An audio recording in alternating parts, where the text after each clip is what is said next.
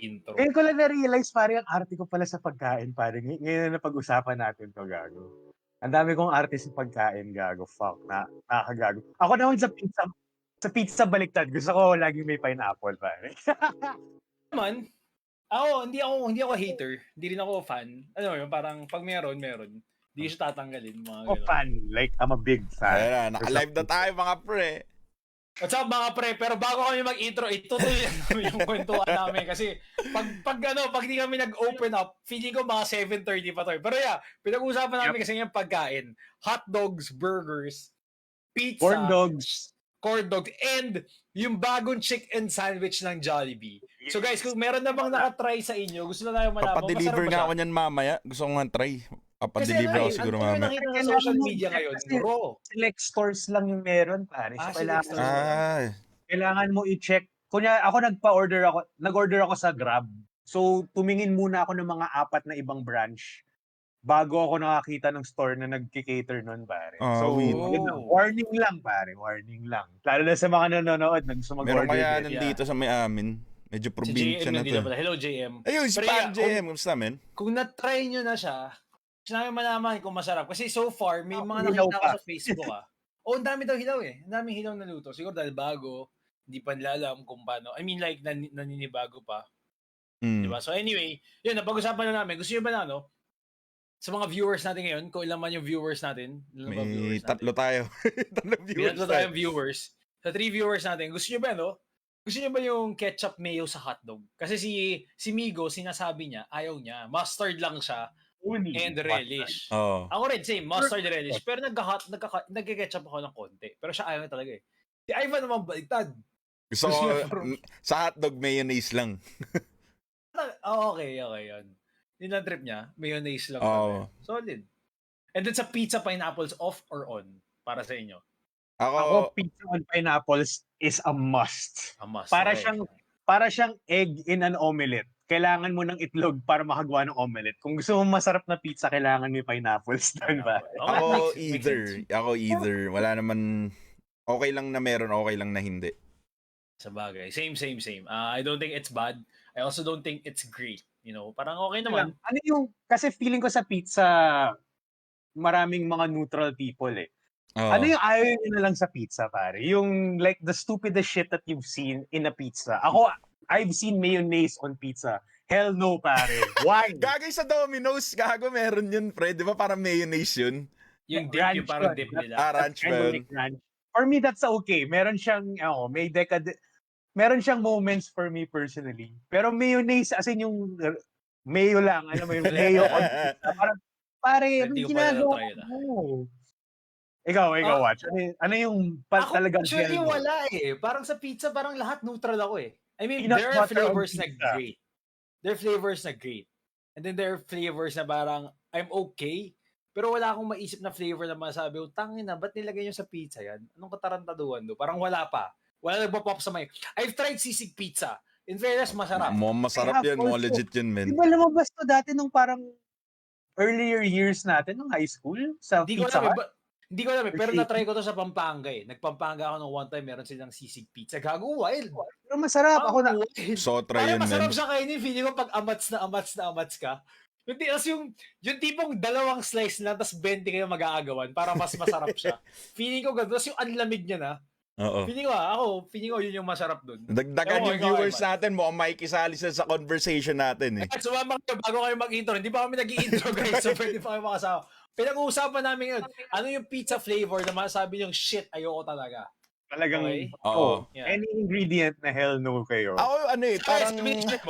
Masarap sisig pizza and doon din ako nakakain sa Pampanga. Yes, may isang place doon na parang sikat sila for pizza. Masarap yung sisig pizza nila. Nakalimutan ko din pero para siyang pizza places, medyo luma yung style niya. Gusto ko subukan yan, pero masarap yung pizzas nila. Pero siguro ako masabi ko, hindi naman ganun ka-weird kasi lagi naman meron nito. Pero bell peppers, man. Ayoko ng bell peppers talaga. Putang ina. Ayoko ng bell peppers, gago. Okay ng girlfriend ko, by the way. Alam mo kung anong ginawa ko sa girlfriend ko nung nalaman kong ayaw niyang bell peppers sa pizza? Pinubaka mo? Oo, pero in-educate ko siya. Usually kasi pare, ito hindi ko lang alam kung nag-agree kayo at saka yung audience natin. Usually yung bell peppers na nilalagay sa pizza natin, Usually hindi siya luto ng maayos. Usually medyo raw siya. Yeah. And I agree na malakas yung flavor ng bell pepper pag raw. Kasi yun yung from isa sa culinary class ko before, nakalimutan ko na kung nung sinabi nung chef namin, pero sinabi nila parang kung gusto mo talaga lumabas yung flavor ng bell pepper, kailangan mo siya i-roast or i-toast. So, ang ginagawa ko para matikman ng girlfriend ko talaga yung sarap ng bell pepper sa pizza. Meron akong blowtorch, bino-blowtorch kong konti para lang ma-toast siya ng konti. Okay, makes sense. Gustuhan niya. As in, na-change ko yung mind niya. Ako naman baliktad, gusto ko yung freshness ng bell pepper. Kasi parang ako makain ng apple eh. Paano ko especially pag yung sobrang fresh ng bell pepper, yung pagkagat mo ang crunchy, tapos para lang siyang tubig na may konting... G ako either. Ako same, yun. Pero ito, sabi ni Kevin Tan, Nutella. Dessert pizza is actually nice. Dessert pizza is actually great. Dessert pizza. Okay. Dessert pizza. Wag lang may meat. Pizza order dati na pwede mo i-customize. Di ba meron pizza? Alam ko yung pizza. Project Pie. They have dessert pies there before they used to order a lot then. SNR, I think they're still selling pizza desserts right now. I think they have the strawberry and chocolate. Ito, sabi nga nito, merong SNR, chocolate pizza sa SNR, which sounds weird. Yeah, pero ano naman yun, pure dessert pizza talaga. Hindi siya, puta all meat sabay may Nutella. Hindi naman yun nga inisip ko eh. Sabi ko, tangina Nutella. So yung meat. Hindi naman. Maganda yung combo niya. Kasi pero, it's basically pure. Siguro dun sa sa bell pepper, so papakain mo lang ako nun pag pickled yun. So, pickled, yes. Masarap ang pickled bell masarap pepper. yun pagka nilagay mo kasi sa sa Philly cheesesteak, pare. So, panalo. Sobrang panalin. By the way, Panel, meron akong weird na question sa inyo. Pizza, anong gusto nyo? Bagong luto or overnight? Kasi yung mga delivery pizzas, meron siyang distinct texture na nade-develop pag overnight na. Overnight. Gets kasi sa mo, yeah. Pag inumumaya mo siya, overnight na hindi pa mainit? Or like overnight pero ininit mo? Hindi. As in talagang rekta. As in yung cold pizza talaga. Cold pizza. Honestly, if there's one cold pizza na masasabi kong masarap, it's fucking Yellow Cab. For me. Gago, no joke. Kuha mo, pare. For some reason, ang Yellow Cab pizza pag malamig, masarap. No joke. May something lang. Hindi ko alam. Nagigets ko yung sabi mo, Migo. Alam mo, feeling ko, Migo, sa sobrang dami natin lasing moments, nagigets mo yung galing ka sa party sa bahay, nagising ka, may hangovers, wala kang pagkain, madadampot mo yung pepperoni pizza na tira nyo. Ay, yung keso puti na. Isang slice na lang. Isang slice. Tapos yung keso puti na. Yung mukha ng kandilang matigas, gago yung keso. Yung isang wax, gago. Tapos pagkagat mo parang, men, solid to ah. Alam mo, ang favorite kong malamig sa kanila, yung combo nila na may vegetables, may pepperoni, tsaka may olive. Fuck, yung flavor na yun. Basta yung may olive na flavor. Yung, I think it's called New York's Finest. New York's Finest. Tangina, pag malamig yun, nang lasing ka the next day, for some reason nga, masarap siya, gago. Dito ko lang nalaman na iba-iba tayo ng taste sa pizza, men. Kaya na mas gusto ko iniinit pizza ko eh. Okay din, masarap din yung, to be honest, freshly baked is good. Freshly baked is good. But the thing is, if there was one cold pizza that I had to eat, talaga, Yellow Cab. Pero gets ko nga, Yellow Cab nga. Na-try ko iba hindi ako fan masyado. Dahil talaga dun sa keso eh. Kasi makapal yung keso na nilalagay nila sa ibabaw eh. Kumpara sa iba. Ako feeling ko pare, meron akong guess in terms of yung sa Yellow Cab pizza. Yellow Cab pizza kasi medyo oily pag bagong luto. Yung feeling ko pag na-overnight, na-absorb niya lahat uli. Pwede. Para siyang steak, you have to let it rest para ma-absorb lahat. Makes sense. Speaking of oily pizza, pinaka-oily pizza para sa akin, Pizza Hut, man. Pare, yung crust pag pinisil mo, gagawin. Sa pan pizza. Sa pan pizza. Pag ginawa mo, talagang nagmamantika talaga. Real talk yun. Kaya dapat orderin mo doon lagi yung may stuffed crust para yung talagang sa oven. Kasi yung tangina. Tsaka yun, bagong luto talaga. Sa pan nila niluluto yung mga pan pizza sila, kaya ganun eh. Yun talaga kailangan bago luto. I like our topic, pare. Sobrang honest. Sa mga Mag-intro muna tayo. mag-intro muna tayo. Mag-intro muna tayo. Kamusta kayo mga TGANG? Welcome sa bagong episode ng Tambayang. Episode 35 na tayo kung saan pag-uusapan natin ang Netflix new releases for this month. And yes, my name is Wach. Welcome to the show. And yes, mag-intro na kayo. Go! Guys, welcome to episode 35. Tama ba? Ooh. 35 ng Tambayan Talong. At this week, pag-uusapan namin, parang sinabi ni Watch kanina, yung mga new release ng Netflix. Kasi guys, ang dami nilang ni-release for this month. And I really think na itong mga bago nilang ni-release is going to be like the next few movies na pag-iisipan nyo when December comes, pag magbabakasyon na. Kasi alam naman natin na once December comes, dumadami yung breaks, dumadami yung mga bakasyon natin. And usually we want to relax kasi the entire year has been stressful. We are working, we are hustling. So, ito yung ginagawa namin pare. On December, para hindi na kayo mahirapan na nakastock up lang kayo na nagsisearch kung ano kailangan yung panoorin. Pag-uusapan namin kung anong mga magagandang pwede yung panoorin this December. So, sakto. Yung mga bago ilalabas yan eh. Kamusta dyan? Kamusta mga pre? Ako si Evander, si sound streamer ng Talong Gaming na matagal-tagal ng 2 weeks nang hindi nagsistream. pero yun na nga. Katulad na sabi ni paring Migo, maganda yung pag-uusapan natin ngayong gabi kasi katulad ko din men, ito recently nangyari sa akin. Parang hindi ako ulit-ulit na lang yung pinapanood ko sa Netflix na series, lalo na yung mga pampatulog ko. Kaya parang maganda 'to pag-usapan ngayong gabi. Sure na sure ako mga ang dami diyan yung matagal na yung mga matagal mamili, ang tagal sa home screen. Kaya hindi lang sa Netflix feeling ko kahit sa hub, ganun din sila matagal sila sa home screen gago. Kaya pag-usapan na natin 'to ngayong gabi. Let's go. Pero pare, honestly as in, usually pag kami ng girlfriend ko, pag manonood kami ng Netflix, kunyari, order kaming food. Yes, di ba yung usually yung trip Order kayong food, tapos habang kumakain, nood kayo something. Always pare, like, kalahati na ng kinakain namin, pumipili pa rin kami kung anong papanood. And it always ends up either Friends or How I Met Your Mother na random. Yes tayo, pre. Kayong Friends ako ngayon, pre. Ginagawa, pinapanood ko. Bakit ganun yung para Netflix? Yung sa amin, walang orderan ng pagkain pero may kainan. Ay, puta. Iba yan. Legit na Netflix and chill yan, pre. Oo, parang iba. Para mas gusto yung Netflix yan. Ano yata yan? Pinayflix yata yan and chill.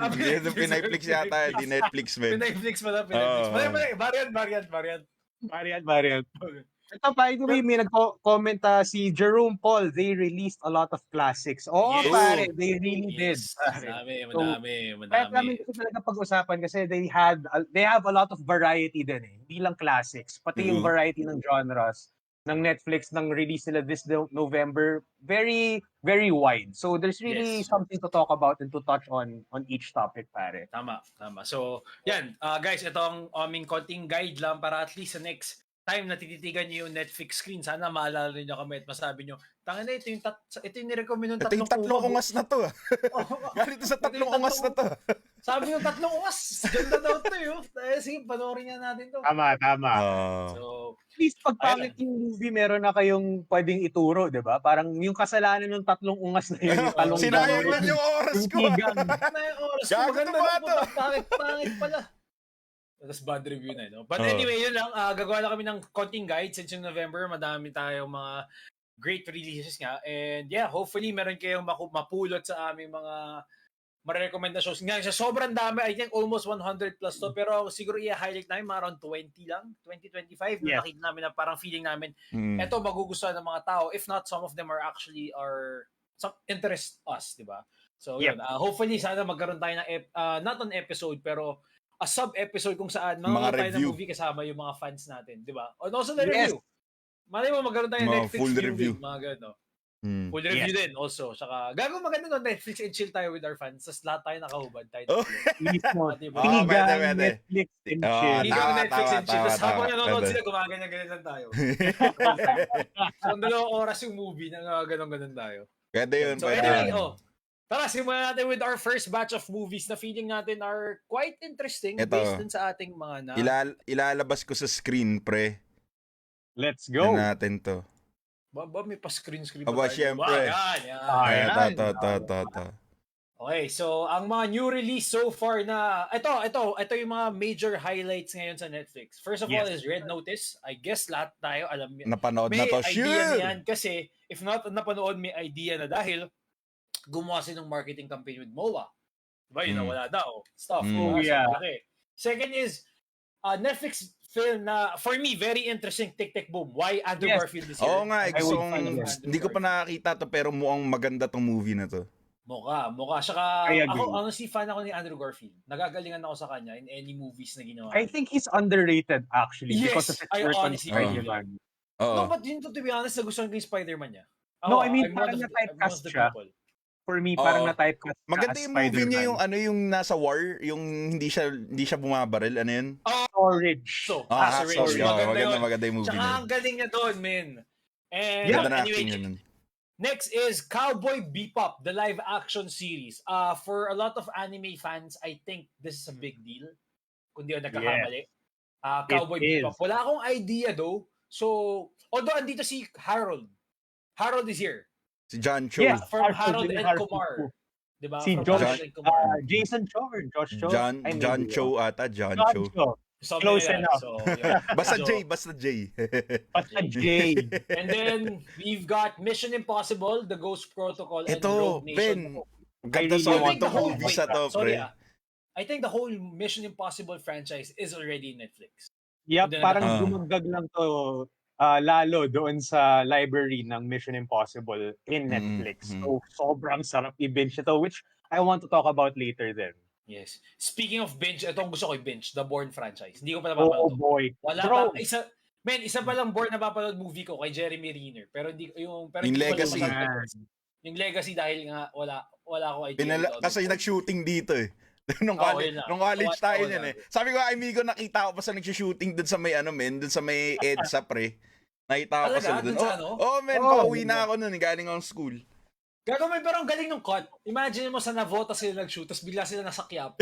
So, pero nga dun, diba, EDSA sila. Kung may idea ka dun sa lugar, matatawa ka eh. Oo Pero nga diba, eh. sa mga movies pala ganun. Ganun pala yung pagka-cut. Yung isa nga EDSA, tapos sabay Marikina eh. Diba? Yun yung naalala ko. Wait, Marikina Highway, Marcos yun, diba? Marcos Highway. Yes, Marcos Highway. Yes. Marcos Highway, tapos bigla napunta sila sa may bayan ng Marikina. Takina, gilabon sa may palengke. Nakamotor pa. Nakamotor. Gago, bilis, man. Bilis, diba? Oo. Ganun pala sa mga movies, at least nagkaroon tayo ng idea. Ganun pala kinakat yan. Hindi lang siya parang mga isang street. Kala ko isang buong sequence gagawin nila sa isang mahabang kalsada, hindi pala ganun.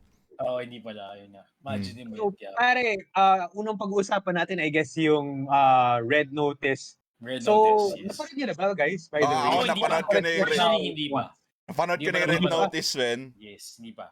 Baka bukas ko pa mamaya. Ako, masasabi ko sa viewers natin, Red Notice is really worth viewing. Totoo. Kasi it's fun and I would say na yung parang yung uncanny mix ng charisma or screen presence ni Ryan Reynolds and The Rock. Very interesting siya eh. I think ito yung you would either love it or hate it. Para siyang pineapples on pizza. Some people think it's perfect, some people think it's not. For me, personally, experience ko yung chemistry ni Ryan Reynolds tsaka ni Dwayne Johnson ni The Rock. Sobrang on point kasi para siyang yung parang magkaiba silang ugali in a way. Yun nga eh. They're playing off with that different energy. So I would say na just for that, that kind of banter ng characters, Red Notice is worth watching. So that's what I'll say about Red Notice. Okay, Red Notice. Maganda yung Red Notice kasi parang although ini-expect mo siyang parehas ng mga lumang heist movies pero may pagkakaiba eh. Hindi lang ako maka-dive in dito kasi balak natin gumawa ng review netong Red Notice. Pero parehas kami ni Migo. I-recommend ko din to panoorin nyo.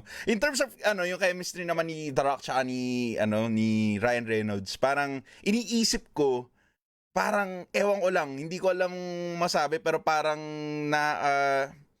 parang hindi ko naman sinasabing ina-outshine ni Ryan Reynolds si The Rock pero parang mas lamang lang ng onte siguro, parang ganun. Yun lang ang masasabi ko. Yes. Pero maganda siya movie overall. Yep. I would say, yun nga, it's worth watching because of that. Kasi it's unique na merong ganong kalakas na screen presence na tao to play off with each other. Na hindi ganon ka-serious na movie. Alam mo yun, hindi to parang Oscar movie na nagpinopush. These are really just actors trying to have fun. And for me, that's worth watching. Totoo. And let's not forget, Gal Gadot is there. Gal Gadot. Yes! Ayan. The cherry on top. The cherry on top. Grabe na ito yung mga pictures. Parang Men, wow. ang ganda niya dun, men. Tapos Goddess talaga siya. Ang ganda niya dun, pre. Kahit saan naman ang ganda niya. Pero kasi dun sa movie, parang hindi to yung mga parang seryoso niyang roles, di ba? Parang sobrang natutuwa lang ako naman napapanood ko siya na ganun. Yeah. Sobrang sobrang for me, one of the most perfect girls si Gal Gadot, in my opinion. Oh, din, men. Swerte asawa nun. Alam mo yun, parang ang ganda-ganda niya, parang bait-bait pa niyang tao. Oo. Parang natutuwa ako sa akin. Ganda niya. Mahal ko na siya nung una ko siya nakita sa Wonder Woman. Ay, sa Fast and the Furious pala, men. So, yeah, dude. Doon pala, mahal ko na siya. Doon pala, parang what the hell? Ba't ang ganda nito? Saan ang galing tong hayop na to? Yung mga ganong feeling. May magandang comment si Jerome Paul, pare. Deadpool being Deadpool, tapos Deadpool meets Black Adam and Wonder Woman. Ano? Makes sense, Jerome. Makes sense. Makes sense. Speaking of sinabi na Deadpool being Deadpool, man, kahit saan mo talaga, which sa pag-usapan natin to with the free guy, kahit saan mo ilagay si Ryan Reynolds, isa lang character niya. Deadpool siya, no? So, parang lahat ng movie niya, ginawa niyang sarili ng Ryan-verse. Alam mo yun, parang lahat, iisa lang character niya. Ang galing. Well, ang galing na nakakatawa na, ewan kung magaling eh. Kung magaling ba tawag doon or what eh. Pero diba? Ang lupit. Okay. Anto. Ngayon ko lang na-realize yun, pare. Totoo, no? Parang they are three big superheroes right now. And it's so weird na hindi ko na-realize yun. Oo nga, hindi ko rin naiisip eh. Ibig sabihin, gano'n sila agaling na artista, gano'n ba yun? Yeah. Kind of. Yeah, I guess so, pare. Hindi mo Kasi they own their roles. We can say that. Oo. Parang itong hindi next napansin eh. Boom, pare. It's starring Andrew Garfield. Konti lang alam ko dito, pare. So I won't say much, pero I am very intrigued to see it kasi based on sa reviews ng mga ibang taong nakikita ko, I'm very it's a more serious movie, definitely on the opposite end ng Red Notice siya. Mm-hmm. I think Vanessa Hudgens is also I guess if you're in the mood for a serious movie. Oh, really? Yeah, Vanessa Hudgens. Sakto, para High School Musical. Pero drama. High School Musical to, men. Kasi ano to yun, di ba? Tungkol siya dun naman sa yung gumawa ng Rent. Ng Rent, di ba? Siya yung, yun yung storya nito. So may mga kanta dun. 525,600 million. Di ikaw yung kinast, gago. Gandang ball, men. Dapat ako na si Andrew Garfield. Kaso kailangan kasi may buhok eh. Ganun. May buhok eh. May wig naman eh. Wala eh. Hindi na 525. There you go. Pero yun nga, binabasa ko ngayon dito, siya pala yung gumawa ng ng Rent and Tick Tick Boom, technically. Tick Tick Boom is basically a musical pala to. A musical, yeah. Pero yun nga, yung masikat nga yung Rent. I think that's more, yun yung pinaka naging in the minds of many people even though they haven't seen it. Like he's a Pulitzer Prize winner pala. And Tony Awards. Grabe. Yeah, a Tony Award winner and also a Pulitzer Prize for the drama Rent. Pero lahat puro Rent eh. Puro Rent na sa awards niya. Yun yung ngayon, kilala. This movie is going to be like a theory of everything, maybe. Maybe yun yung vibes niya. Napanood niyo ba yan? A theory of everything regarding yung nakagalan pa si Stephen Hawking. Yes, exactly. Hindi ko pa nakita yung movie. It's a biographical. Yeah, biographical movie. Music. So very interesting. So kung fan kayo, I think based na nababasa ko ngayon, this guy died prior to winning the award. Oh shit. Big spoiler. So medyo spoiler yun. So anyway, ano pala siya? Posthumous? Posthumous, yeah. Posthumous pala. So yeah, nanalo nga siya nung na-deado siya, pare. Yeah. Well, I think it makes the movie more interesting. Yeah, actually. And yung next, pare, is nakalimutan niya huminga. Kaya siya namatay. Nakalimutan huminga.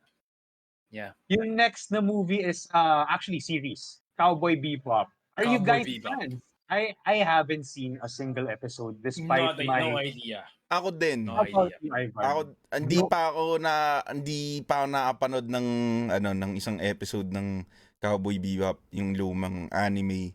Although ako personally, madaming galit dito na original fans. Pero ako personally, sabi ang pagkakaalam ko, pero personally ako nakita ako yung mga trailers. Ako interested akong panoorin to. Hindi ko alam kung anong kalalabasan nito movie na to, pero interested. Kasi yung kung paano siya sinushoot, pare, para siyang Scott Pilgrim yung dating sa akin Parang ganun nung trailers Sabi ni parang JM, Cowboy Bebop is not good. I'll take your word for it.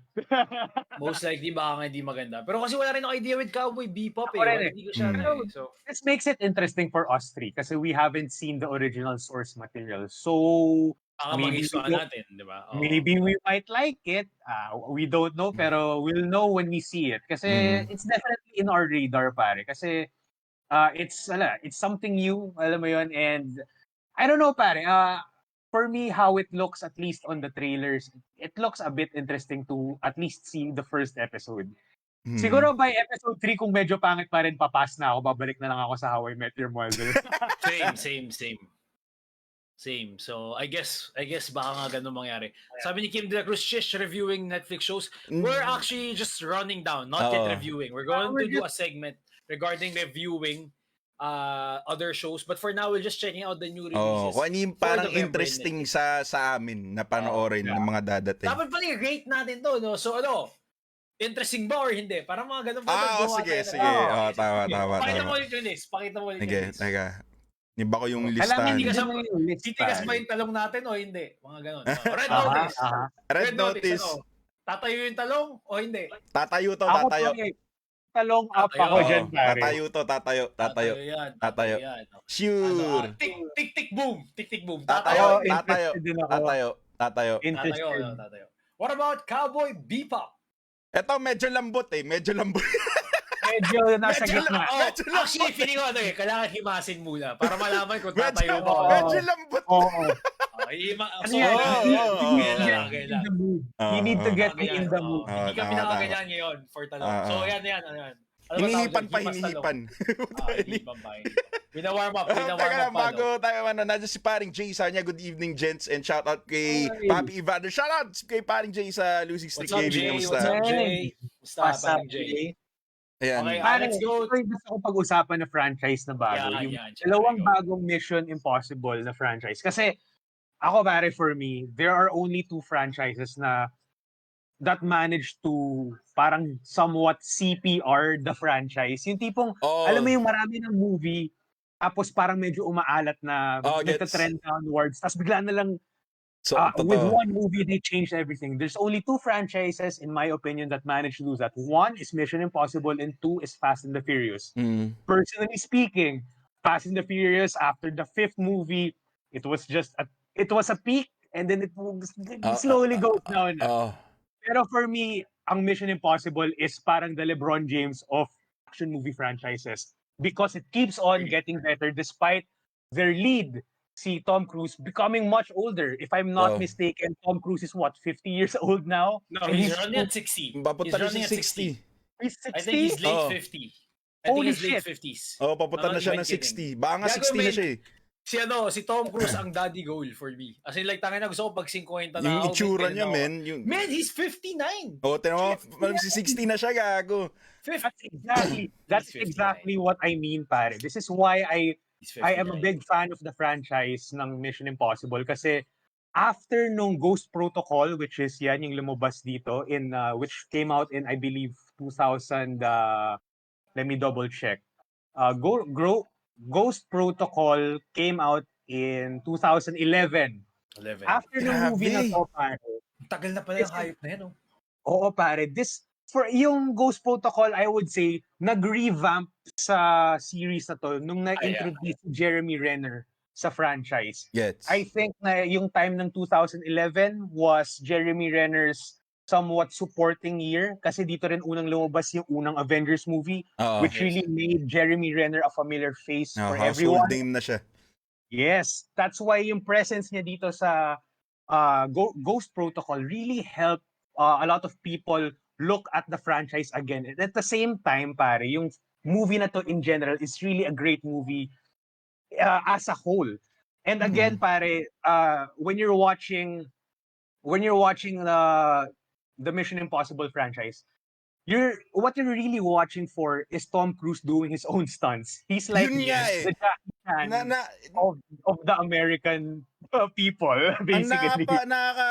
Parang iisipin mo kasi pagka nakita mo behind the scenes na itong mga bagong Mission Impossible movies, pare, yung mga set pieces na ginagawa nila for this movie, gago, insane. Sobrang lala, gago. Gusto ko yun, Gusto ko yung sa aeroplano, MI2. diba? Tsaka yung sa inaakyat niya yung Burj Al Arab ba yun? Burj Khalifa. Pare, yung Burj Al Arab. Sa Ghost Protocol yata yun, diba?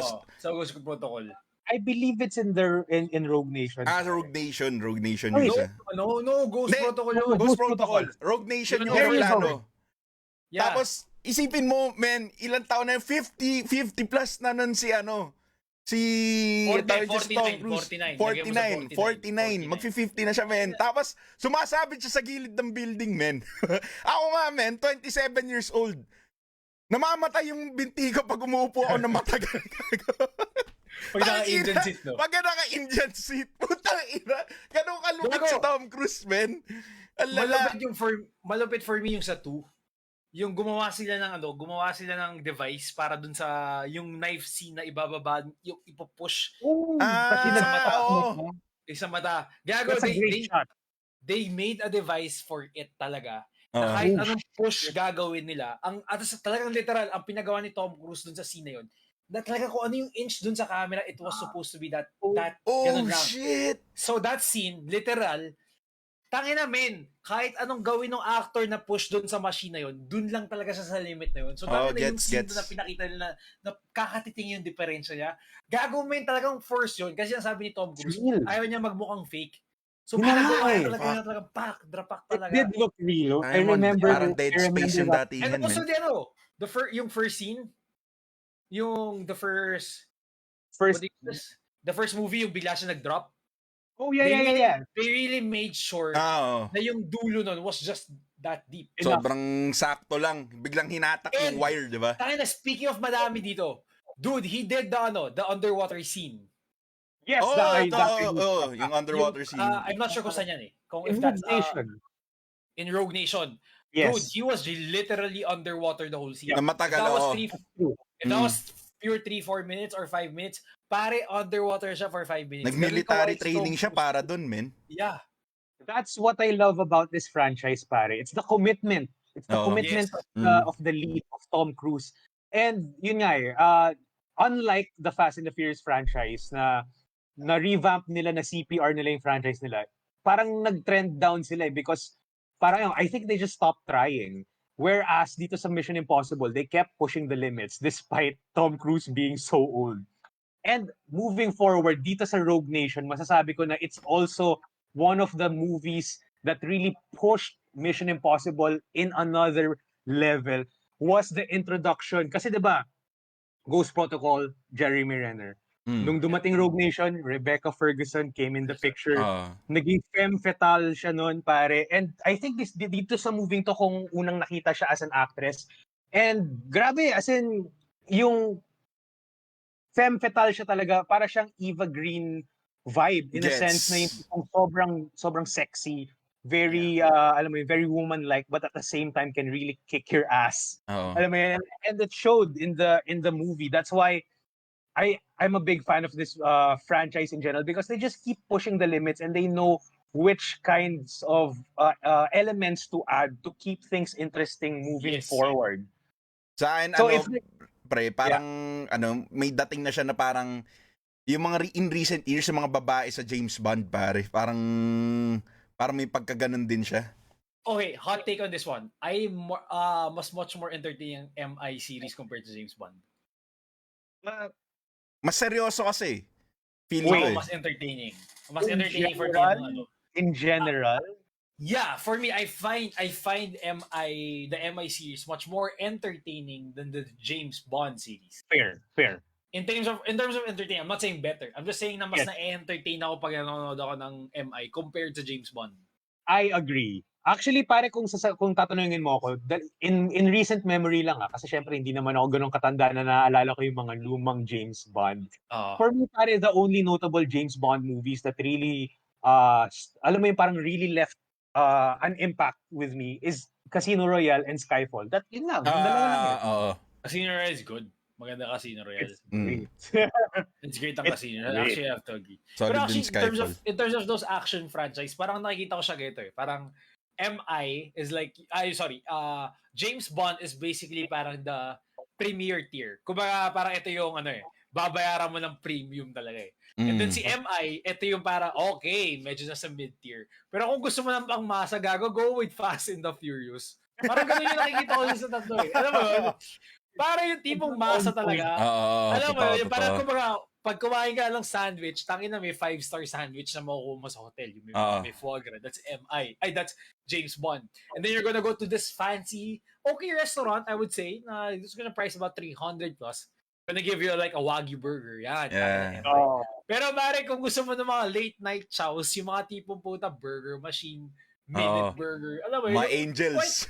Mga angels, mga ganon. Or even fast food burger, pare, go with Fast and the Furious. Pero hindi ibig sabihin, yung mga description dyan, yung ni paring Wach, hindi ibig sabihin may pangit na lasa doon. Kung pagka masarap lang, depende lang sa kung ano yung kakayanin mo. Depende sa trip mo. Depende sa trip mo. Depende sa trip mo. That's true. Ganun siya. I mean, there are days that I don't want to watch James Bond because it's too serious. Seryoso eh. Or I just want to watch Fast 5 again. Kasi talagang that movie is perfect. Speaking of, sabi ni JM, maganda mga James Bond featuring Sean Connery. Speaking of Sean Connery, may he rest in peace. He died recently. Rest in peace. So yeah, I haven't seen an old James Bond movie. The oldest James Bond movie that I've seen is starring Pierce Brosnan. Si Paul Pierce Brosnan. Another day. Si Paul Pierce Brosnan. Gago, ando si God Girl, sobrang ganda niya doon. Yes! Nandun siya. Doon ko siya unang nakilala. And I watched this bata ako, pare. Sobrang crush ko siya doon. Parang ako, this is the most beautiful girl I've seen in my entire life. Pare. Sino to? Si Rosamund Pike. The reason kung bakit sobrang hilig ko sa mga white girls is because si Rosamund Pike, nakita ko siya.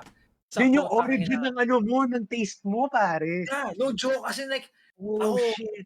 Dahil nahihilig ako sa mga feeling ko, nahihilig ako sa mga white girls, like sa maputing babae in general, because puta. Oh my God. It makes sense now, pare. Pero real talk yun, pare. When I watched Die Another Day in like, kailan ba ito? 2005? 5 or 8? 5 or 8? 2005 or 8? Nung nakita ko siya, parang ako like, oh my God, ito yung pinakamagandang babae nakita ko. And I was like 10 years old or something, or 11 probably. Actually, dalawa pala to. Alam mo sino isa? Na kaya gusto ko white girls. Si Ashley Graham ba yun? Yung sa Saan sa Austin Powers. Yung sa first one, gago. Ay, second one. Sa wait, sorry. Ano name? Sa The Hangover. Sa pangalawa siya. Sa pangalawa pala. Sa second, si... Shit, ano name niya ulit? Basta Graham something yun eh. Heather Graham. There you go. Heather Graham. Oh my God. Yeah, dude. Heather Graham. Oh my God. Ang ganda niya sa Austin Powers, man. Ang ganda niya sa Austin Powers. Austin Powers is also available on Netflix, if I'm not mistaken. Oh yeah, yes, Austin Powers. Pinanood ko yan recently lahat eh. So, maganda siyang parang gusto niya lang patayin yung utak niya tapos manood kayo ng comedy yun. Maganda yung franchise yun. Mike Myers is too funny for this. Divert nga tayo sandali konti kasi maganda tong topic eh. Bago watch in Ivan, nung lumalaki tayo, ang daming hot na blonde girls na on screen. Like Heather Graham is one, Rosamund Pike, and yung peak ni Cameron Diaz nung Charlie's Angels. Charlie's Angels. Even Drew Barrymore was Si Drew Barrymore yung doon eh. For me, one of my most favorite talaga na sobrang crush ko is Liv Tyler. Pare, man, the best. Liv Tyler? May Sino nga ba si Liv movie Tyler? Armageddon! And Armageddon. Oh, Liv Tyler, shit. Shit, That's a diba? great movie, by the way, even though it's so yeah. cheesy. Armageddon, sobrang cheesy niya, pero maganda nga siya. I have to agree with you. Maganda siya. And it's also available on Netflix, if I'm not mistaken. Last time I checked, available din siya sa Netflix. Nagkaroon ng mga listahan bigla nung tinype ko yung Liv Tyler, bigla lumabas sila Angelina Jolie, Cameron Diaz, Penelope Cruz, Heather Graham. Pero men, yung prime ni Angelina Jolie, shit, Angelina Jolie ako gaga. Oh, grabe. Puta. Wild ni Angelina Jolie. Kung paglalaban-labanin mo lang yung mga yan. Late to the party ako kay Angelina Jolie pa. Late to the party ako. Maganda siya nung Wanted, pero mas Sa maganda Tomb Raider, siya men. Yung Tomb Raider, grabe yun. Yung Tomb Raider, parang hindi ako masyadong I like the movie. Though, nung bata ako, I really enjoyed the movie. Pero in terms of yung tipong, yung Rosamund Pike effect. So, iba-iba. Oy, by the way, si Rosamund Pike, nasa isang movie din siya ni Tom Cruise, yung Jack Reacher ba yun? Kung napanood nyo yun, siya din yun nandun. Speaking of Jack Reacher is good. Ganda, yung first one, yung second one, hindi masyado eh. Sakto second lang sa akin. akin. Si Robin yun eh. Si Robin yung kasama yun doon. Parang sakto lang sa akin eh. Pero yung first Jack Reacher, sobrang ganda. Yeah. Jack Reacher is... Sobrang weird doon na sobrang benta watch na yun. Doon na-develop yung taste mo sa women. Ang hilig ko talaga sa mestizo dahil sa mga napapanood ko ng bata. Oh Specific na Rosamund Pike. My God. So, mukha siyang anghel dun sa 007, pare. Mukha siyang angel dun, man. Tapos naging masama pala siya dun. Para ako like, oh shit! So, inupakan siya ni Halle Berry. Ni Halle Berry. By the way, amigo, nasa Japan ka ba? Yes. Oh, blurry. Blurry yun. Blurry. Ano kasi, in-order ko sa Japan tong pintura ko, pare. So, kaya ganyan. Ganyan pala yung pinapahid na para maging blurry. Ganyan pala. Signature, pare. Signature Japan color. Mamaya may yummy-yummy tinadya. Yamite! At yung tinatawag nila sa Japan na off-white, pare. Off-white. Blurred white. Blurred white. Oh, anyway, ito may comment si Robin, nandito na rin. Sabi Angelina Jolie, Tomb Raider. Tapos nandun si Ren, si Gerald. Sino ba si Gerald? Gerald Butler, yes. And was Gerald Butler ba yun? Talaga? Hindi ko alam si Gerald Butler. Tapos yun nga, sabi ni GM, Liv Tyler, yes, Natalie freaking Portman. My God, we're forgetting Natalie Portman. Natalie Portman? Heads lang ako sa kanya, pare. Can you imagine Natalie Portman, Star Wars, nag-braless yung scene niya. Ang labo nun, no? Yung scene niya dun sa Saan? Yung sinave siya dun sa yung sinave siya dun sa, yung part, Attack of the Clones. Attack of the Clones. Yung mga Jedi. Yung sa Jedi, yung nakasabit sila. Yung sa Coliseum. Tapos braless. Yung sa Coliseum, all white, tas braless siya dun, man. Imagine mo, kids movie, nag-braless siya. So parang, what the hell? Parang di ko pansin nun. Man, ako din. Alam ko, braless siya dun sa movie na yun. Hindi ko napansin. I was too, as a kid. Yung mga lightsabers tinitingnan ko. Ako, nagbata pa lang. Gago kasi. Yung lightsaber ko tumayo. May bata pa lang ako. Pula. Pula. Pero kasi parang yung nung bata ako, nakafocus ako, yun yung first time na nakita tayo na sobrang daming lightsaber sa screen. Tapos yun yung first time na nakita ko yung lightsaber ni Mace Windu, sobrang baliw na baliw ako dun, men. Tsaka epic. That scene was just epic for me as a kid. Kasi nung bata pa ako nun so wala pa sa ko yung parang context na parang, alam mo yung parang, this is not cinema. Alam mo yung snobby. So ako lang pala manyak ng bata. Okay. Wait, Felix, si Man of God, nandito, sabi niya, parang pinunod niya yung 2 Mission Impossible movies kagabi. Good shit, pare. That's really good shit. Ito, gusto ko yung pagka specific ni Felix eh. Check out her boobs sa Genosis torture part. Yun yung sa Coliseum. Yun eh, di ba? So, di ba? Pero Felix, okay, at least dalawa tayo. Trade offer, by the way, just in case nakikinig ka. Check mo yung messages natin sa Facebook.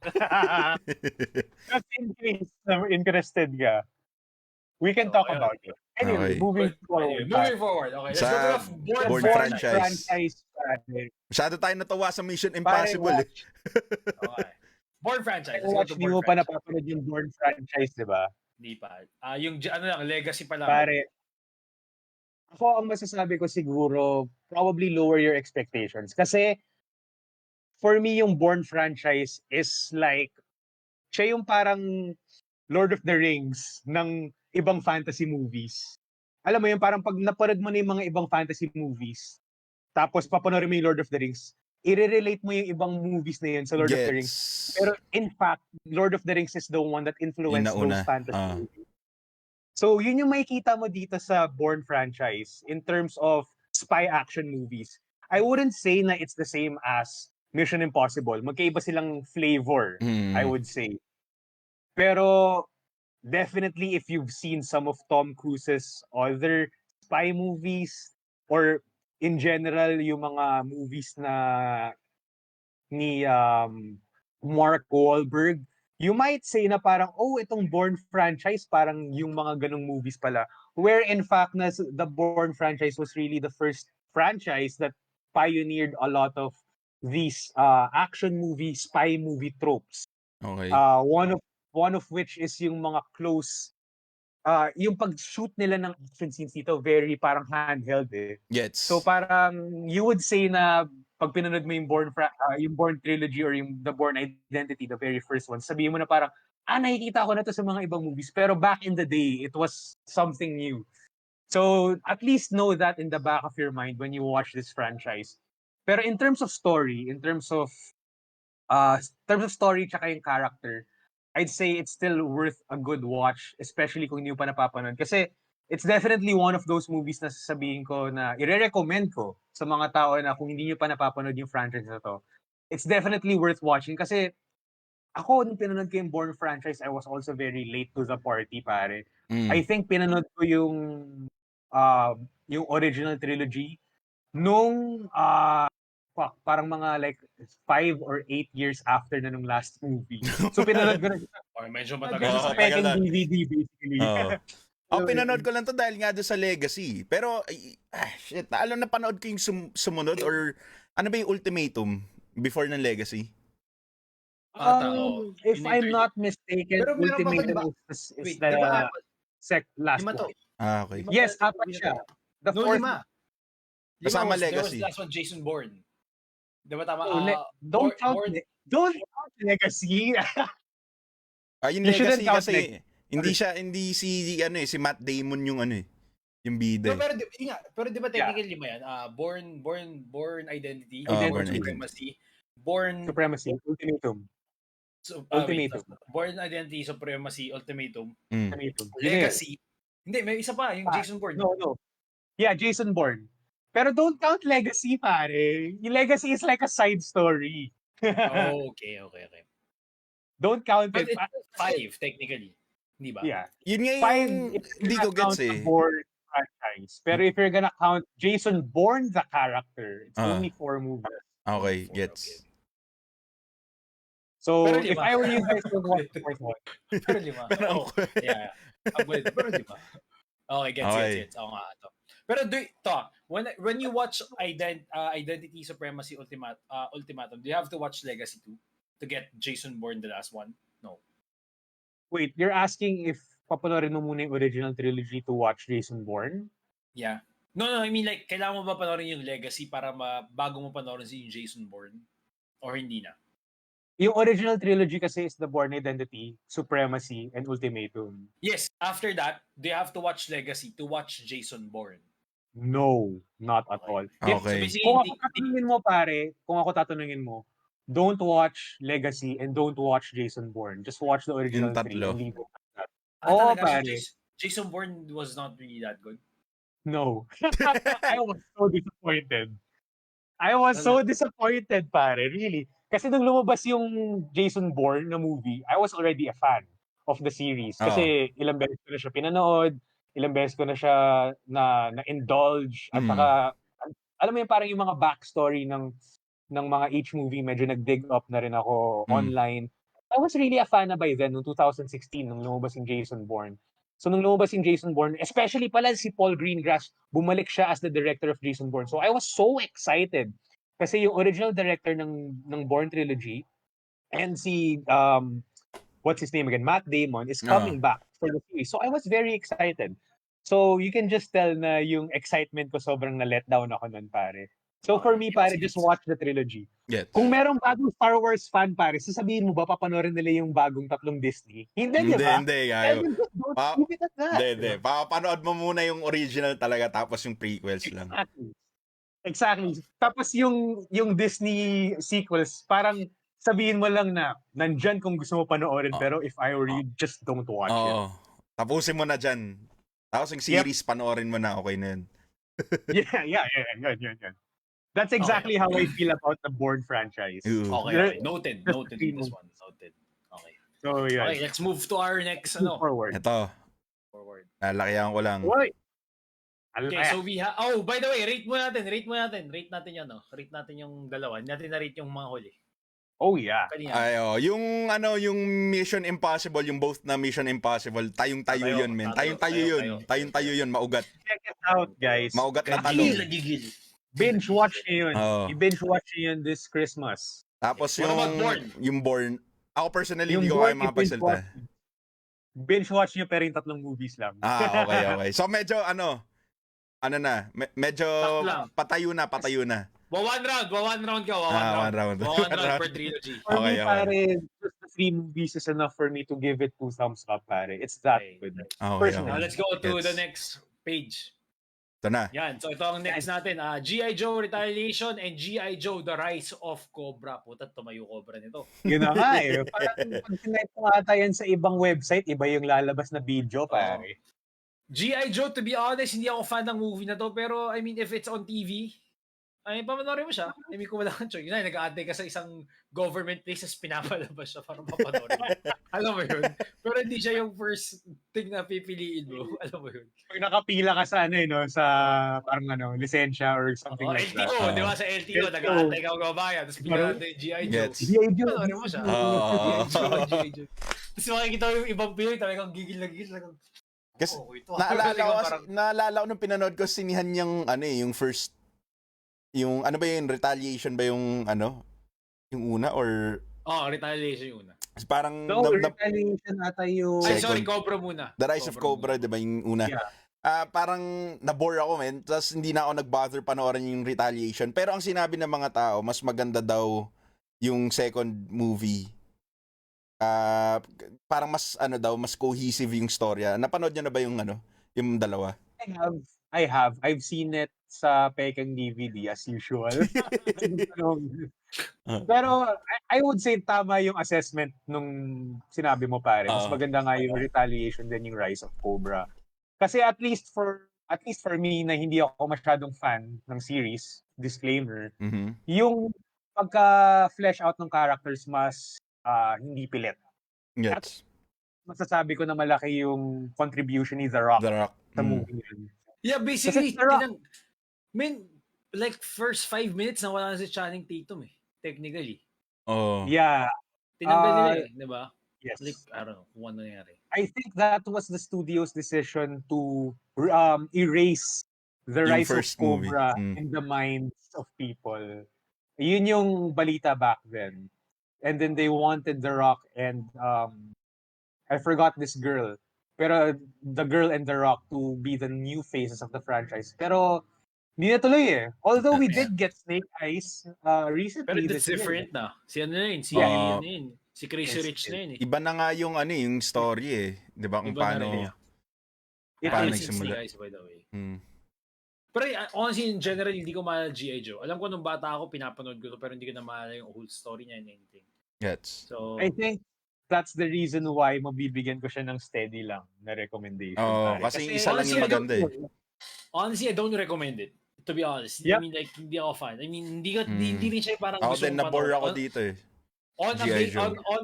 Ito nga yung parang pag nasa bus ka, pauwi ka na, mahaba yung bus ride mo, nandyan yan, wala kang choice, papanoorin mo siya. But if you're at home, you have other choices. This wouldn't be in the top list. So, gets. Ito nga yung mga tipo ng Nang parang alam mo yung movie pero parang hindi mo alam yung buong story pag nakita mo. Parang lagi mo lang nakikita kasi yung movie sa gitna. Kasi nga either napanood mo lang sa HBO, nakita mo na palabas sa HBO or sa Dinaanan mo ano. lang. Di ba? Ito yung movie na ipi-play mo pag dumadami na yung mga bata sa bahay na bisita nyo sa Pasko. Yung tipong, yan lang kayo sa movie. Dyan lang. Oo. Okay, yung tipo nag-iinuman kayo ng mga tito-tita mo, tapos gusto na nila magkaroon ng movie at nagpe-play. May isa kang titong nanonood siya lang, tapos ikaw para Background movie mo yan. Speaking of background movie, sabi ni Felix, ano yan, guilty pressure daw niya. Background noise movie ko yan. Diba? There you go. Diba? There you go. Ayan, sabi ni Paring Let's go JM, to sabi ni Paring JM, nanood daw siya ng Rise of Cobra. Nag-cosplay pa daw nun si Alodia ng Baroness. Tapos nanood daw sila kasama nun. daw niya. Nakasama. Kung kasama ko si Lodja manonood, kung kasama ko si Lodja manonood ito, tonto ako. Break na sila ni Will, man. Break na nga pala. Break na sila ni Will. Grabe ka na, 2021. Nakagigil ka, 2021. Anyway, move tayo kay Hellboy. Hellboy, the Golden Army. Sabi ni Ayumba Yemba, ni Felix, yan. Speaking of Felix, ito yung ano niya. Ito yung costume niya. Yung Halloween special natin. Yung Halloween special natin. Oo. Sabi ni Felix, Hellboy has a special place in my heart. Mukha nga yun yung ginahit ng costume Diba? Actually, Felix, sabi ni Felix, let's watch G.I. Joe again, ma'am. Ang ganda, casual. Let's watch G.I. Joe again, ma'am. Felix, can you give us like a short sentence or statement from you kung bakit very special yung Hellboy for you? Kasi I'm very curious kasi I know a lot of people like you that really like the franchise. Although it's so weird for me na hindi ko nakuha yung I just didn't get the magic that people felt with Hellboy 1 and 2. So, I want to hear your stand. Alam mo, I want to hear in my opinion, this Hellboy franchise is better dun sa reboot na ginawa nila. Yun nga daw yung balita ko, yung sa reboot kasi basura daw yung reboot Pero ang masabi ko sa Hellboy kasi yung 1 and 2, ang dating sa akin nito, hindi sobrang parehas pero may vibe siya na parang Blade para sa akin So yung pinanood ko yung Hellboy, parang matatakotin kasi ako ng bata Parang natatakot ako sa kanya kasi demonyo siya, di ba? So pero parang at the same time interested ako. The whole time na pinapanood ko to, hindi ko alam na superhero movie to. Tapos sabay parang abang naiintindihan mo yung storya, parang naastigan ka kay Hellboy all throughout the film. Sobrang ganda nung pati yung tawid niya para sa Hellboy to the Golden Army. Na hindi ko gets kung bakit hindi naging successful. Sayang dahil nung nag-fail to movie na to, hindi natin nakuha yung pantapos dun sana sa trilogy ng Hellboy. Sayang. I would say yun nga yung sayang dun. Kasi yun nga, even though na Hellboy didn't really alam mo yun, it didn't catch my heart basically. Alam mo yun, hindi niya ako nakuha. Pero I was interested at least on the developing story, definitely. Kasi it was very much unique in terms of franchises that were offering stories back then. Walang ganitong type of storytelling before na medyo may dark na elements, which I really like. Pero yun nga some people really, really love this. So that's the reason why I'm asking you guys like, what the fuss is all about. I do like it. Si Felix regarding this one. Sabi niya, this fiction plays with religious themes. So that's one of the reasons kung bakit gusto niya, which is true. Na parang they're tackling here Christian lore. They're tackling here Christian lore, di ba? So actually maganda. Yung bagong reboot kasi ginawa nilang sobrang comedy. Parang semi-comedy yung bagong reboot Talagang man of God si Felix. Yun yung man of God niya talaga Mahilig talaga sa mga ganun. Nga daw, sabi niya parang mga Constantine tsaka Van Helsing. Parang ito yung mga kasabay niyang movie. Constantine, sobrang tontawa dun, man. Ganda Constantine. I love Constantine. Tsaka yung at the same time, yung opening scene nun na may nagtatagalog na demonyo. Sobrang nabaliw ako dun, man. Constantine ni Keanu Reeves, yan ang gusto kong magkaroon ng sequel. Or like, gusto kong develop Sobrang ganda nun. Sobrang ganda. Sayang. Gago, Watch. Ano kaya magiging reaction natin? Parang like, in the movies moving forward sa DC Universe, since the timeline is already fucked up. Bigla naglalabas si Oh, Keanu man, Reeves. mawawaliw ako nun, Again, pre, magwawala ako. Hindi mo na ako lang, Oh, man, magwawala ako nun, pre, pag nakita ako. Paano yung wala mo? Paano yung wala mo? Parang hindi ko alam, baka masapa ko yung katabi ko, men. Mga nag-aanap ako, baka makain ko pati kung ano yung kinakain niya, mga ganun, pre. So, yung mga TIE fighters, Wag, mahal ko yan, wag. Pero sa amin ni parang JM, Matt Ryan is the better Constantine for me. Totoo, yung sa series. Nasa Hindi ko yung pa series. napapanood masyado, but yeah, okay siya.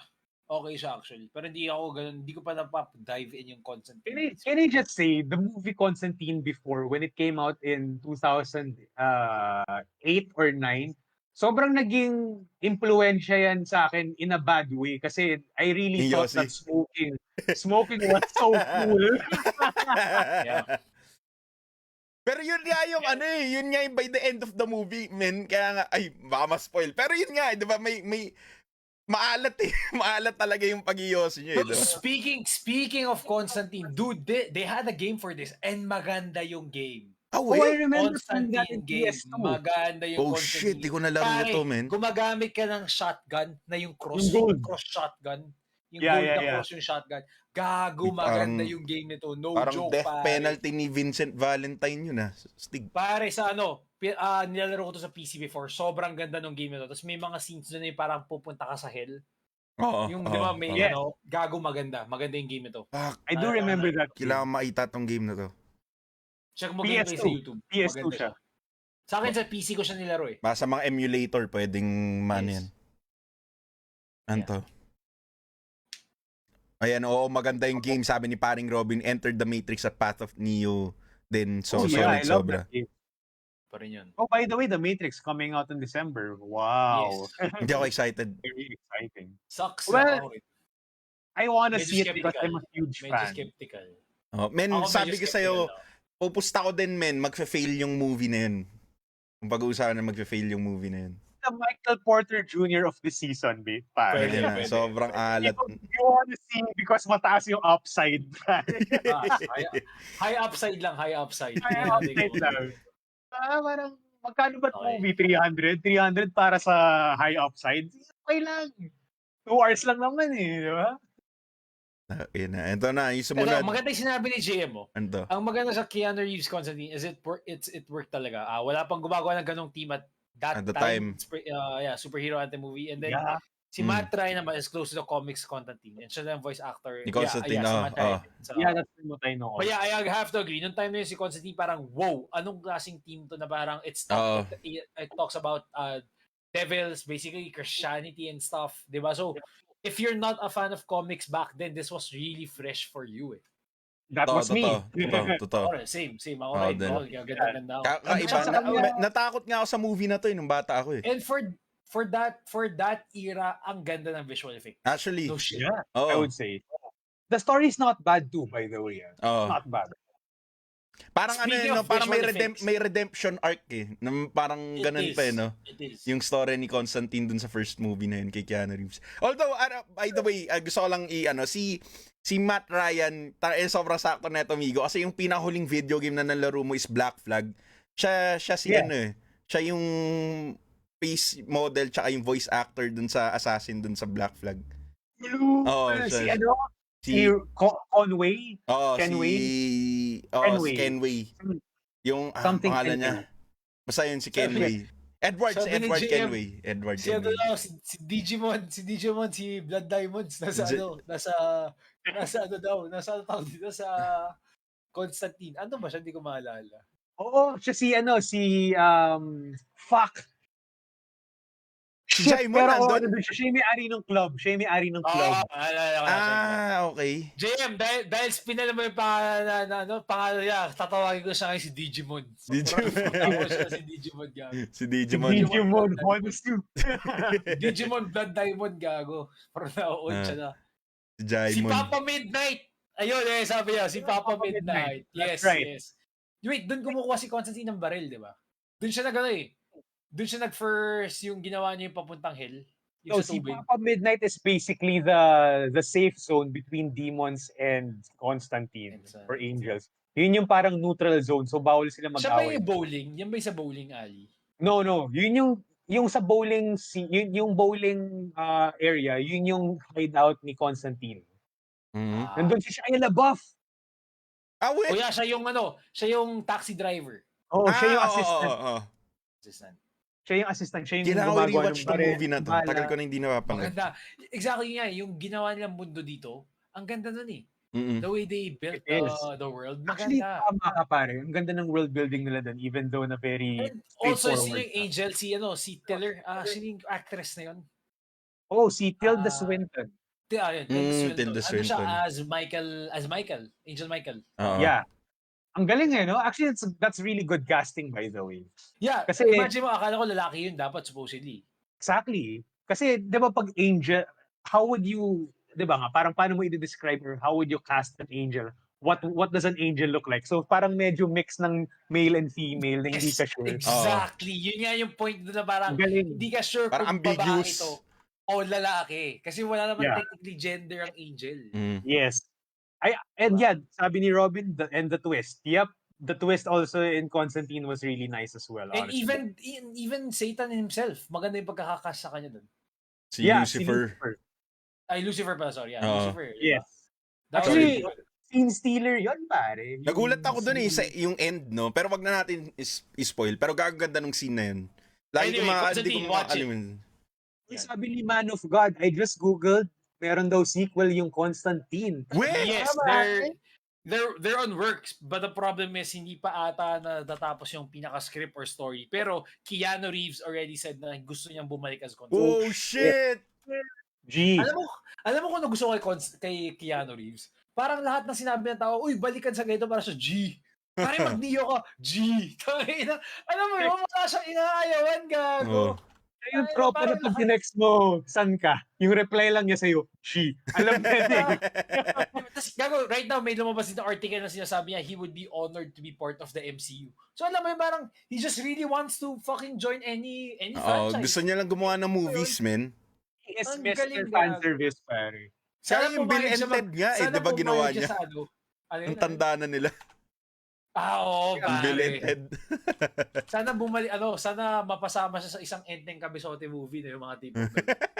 Mas maganda, Felix, kung i-check mo yung yung binigay ko sa yung trade talk, pare, sa Facebook, pare. Check mo yung chat natin. Alright. Let's go to our next. Hellboy the Golden Army. Is it Talong, tatayong Talong? Tayo to. Tayo ako dito. Ako 50%. 50%. I like this. Now let's go to Forgetting Sarah Marshall. I think, in my opinion, one of the funniest pinanood ko to kahapon, pre. One of the funniest movie niya to. Medyo inspired ako eh. Shit, ano ba nito? Ano pa nito? Who's the actor here? Jason Segel. Yes, one of the best movies, Jason Segel. Si Marshall din. Si Marshall. Power Net, di ba? At saka si Kristen Bell, yung girl. Kristen Bell. Tapos si Mila Kunis. Sino yung girlfriend niya dito? Kristen Bell. Kristen Bell. Si Sarah Marshall, si Kristen Bell. Tapos si Mila Kunis, yung isang girl. Tapos si Brad, yung Brad na funny guy. Yeah, yung British. Brad. Basta si Brad. Si Brad Pitt. Si Brad. Pero napaka-alat no? Nagbakasyon ka para kalimutan yung ex mo, tapos nando yung ex mo. Men, ang alat talaga ng pangyayari. Diyos, yung kinantahan niya pa dun sa stage, gago. Yung parang something inside of you. Ganun yung kanta, gago. Sobrang tanga, gago. Pinapanood ka, tawa ko na tawa. Pantang inag yan. Kaya sabi ni Felix, bihira na yung mga ganyang comedy. Iba yung kataranta doon in 2000. I have to say, 2000's romantic comedy, in my opinion, was golden age for me. Nakakatawa talaga. Yes. Kasi it was really funny. Wala nang gumagawa niyan ngayon, pare. So, it was really, alam mo yun, a moment in time. Yung mga employee of the month type of movies. Ayun. Ayan, ano ba? Ayun, si Russell Brand. Gago, search ko. Si Russell Brand, puta. Nakalimutan din natin yung isang best migo. Siya hindi natin maalala talaga. Si Russell Alam mo pa, Brand. naisip ko lang, maganda na may Filipino movie na gumaya ng concept na to. Yung tipong pupunta kang Siargao para makalimutan ex mo, pero nandun sila. Alam mo yun? Yun. Pare Baguio, di ba sabi niya, where do broken hearts go, Baguio? Puta, pagdating mo sa Baguio, ba't nandito? Tapos nakakatawa pa doon, katabi niya yung, di ba, yung cabin, yung parang cottage. Katabi niya yung room. Nung nilipat siya. Nilipat siya. Gago, naririnig niya eh. Di ko makalimutan yung reaction niya. Alam mo yung itsura ni Marshall na lungkot. Pero yung sa kanya parang, yung nakahiga siya dun sa bed. May isang scene doon ba yung parang nakahiga siya dun sa bed ba yun? Oo. Tapos yung itsura niya talaga yung parang ang lungkot pero nakakatawa. Gusto ko yung isang scene na na parang, ang tawag mo dyan, yung parang nag-break na sila si Kristen Bell, tapos sabay biglang, ang tawag dyan, parang tinatry siyang bigyan ng BJ ni Kristen Bell, pero parang malungkot pa rin siya, gago. Tangina, tawa sa mukha niya. Tangina, sobrang tanga ng movie na to, pre, pero gago, ganda. Sobrang tawa sa movie na to. Isa sa mga paboritong rom-coms ng Forgetting Sarah Marshall, man. I think 2008 to lumabas, pare, if I'm not mistaken. 2008 nga ba? Tangina, solid yung movie na to. Okay, Mga so, na to eh. Sayang tong mga gantong klaseng movie, sana ibalik nila, men. Onti na lang yung... Magkakaroon tayo na, hopefully. Babalik natin yan. Ano na rating natin yan? Tayo ako dito, men. So, re-recommend ko to, men. Re-recommend ko tong Forgetting Sarah Marshall. Tayong talong yan. Tayong talong. Ito yung mga type ng movies na yung Forgetting Sarah Marshall, ito yung mga movie na I think sa karamihan ng viewers natin na alam mo yung matagal mo nang hindi napanood, so medyo nakalimutan mo na. So, it's the perfect time to rewatch it. Exactly. Okay, next is, it's kind of a funny story. Zach Galifianakis, Emma Roberts, and Keir Gilchrist. Ito hindi ko pa nakikita to. American comedy drama. Di ba nandiyan ka? Si Zach Galifianakis. Si Zach Galifianakis. Yung bigote. Oo nga, kumukha nga niya. Si Zach. Ano ba story nito? Teka, check. Pero ito, hindi natin napanood lahat to. Hindi ko pa nakita to. First time ko nga lang lalaman to movie na to eh. Iniisip ko nga pagka nagkaroon ng hangover, sino sa atin? Feeling ko ako si Zach Galifianakis sa atin tatlo eh. Tanga na ikaw yung magbibigay ng roofies. Ako yung, kumbaga, ako yung pinakatanga gago. Yung walang alam. Pero doubt na mga roofie kasi ako, feeling ko kung magkakaroon ng hangover, ako yung dentista. Ako yung tipong blackout. Ako yung puro katarantado yung gagawin. Tapos, yung tinira ng tranny, ng trans dun sa... Yung wild side, gago. Ako yung tipong tangi na may wild side talaga. Feeling ko nga si Migo, si ang pangalan niyan. Yung... Bradley Cooper. Si Bradley Cooper. Feeling ko si Bradley Cooper, si Migo. Pwede. Gawa tayo dito sa Pilipinas, pare. Ng hangover na movie. Ayaw mawalan ng daliri dito, puta. Speaking of the hangover, tuwa ako doon sa reaction. Nakita niya may tattoo siya. Yung sigaw niya, alam mo yung parang pain, regret, pero nakakatawa, gago. Gusto ko, walang kinipin, di ba? Pero gusto pa rin gago yun ngayon yung kala nila parang stud siya gago kasi di ba naipag-sex daw siya dun sa babae dun sa Thai. Tapos parang sabi niya, di ba, you come on the floor, I finish on your back. So, bigla siya na painis gago. You finish on the floor, I finish on your back. Parang ganun. Tangina, tawa ka ng tawa ng mukha niya na nalaban niya. Ha? Ano? Parang ganun eh. Yung scene na pinakita yung edits. Tangina benta yun. Lahat sila parang si Bradley Cooper parang putang ina. The best sa akin yung part 2, pare. The best sa akin yung part 2. Yung part 2 talaga yung the best. I have to agree, part 2. Part 1 and 2, actually, for me maganda. Yung 3 parang medyo stretch. Medyo forgettable yan. Pinanood natin sa Sinian yan, Wach. Yun yung nawala, yung hindi natin mahanap yung kotse ko sa parking, pre. Yun ba yun? Yun yung pinanood natin nun. Pero yeah, ako personally, 1 and 2 were the best. Kasi, para in my opinion, the 1, wala pang gumagawa ng ganung comedy. Yeah, actually. Ilabas yung 1 na yun. Talagang the whole concept was you. Until now, technically wala pang nakakagawa ng parang hangover concept. Yung ganung type of style. In my opinion, pati yung story. Alam mo, basically yung story na parang the whole night, ibabalikan nyo. Wala pa nag-iisip nun. Sila lang nakaisip nun, gago. Parang iba-backtrack na lang. Diba? Ang galing. Ang hirap nun, gago. Mahirap, pero nakakatawa yun. Anyway, ayun, Forgetting Sarah Marshall. Let's go to Hulk. Hulk 2003. Di ko pa napapanood. Hulk. Ako na pa rin Panood ko na to, bata pa ako. Is this a continuation of MCU? Hindi. No. Ito yung first movie. So, ang MCU continuation was the Edward Norton. Yes. Yun yung konektado. Okay. Saan lumabas si Abomination? Sa kay Edward Doon Norton. kay Edward Norton. Oh. Yeah. Gago, di ba kalaban ni Eric Bana dito sa first Hulk movie si Si Ego din, gago. Hindi ba si Ego ba? Hindi ba si Ego? Sino nga ba yung kalaban niya dun? Kasi yung kalaban niya parang maraming elements. Oh, parang yung may- artista na yun. Some old guy. Jeff Bridges, if I'm not Oh, mistaken. si Jeff Bridges po. Tas si pala, si Ironmonger pala siya. Is Liv Tyler here? No. Yes. Liv Okay. Tyler. Liv Tyler is here. So, sino yung Yes. babae sa Abomination? Yung kay Edward Norton.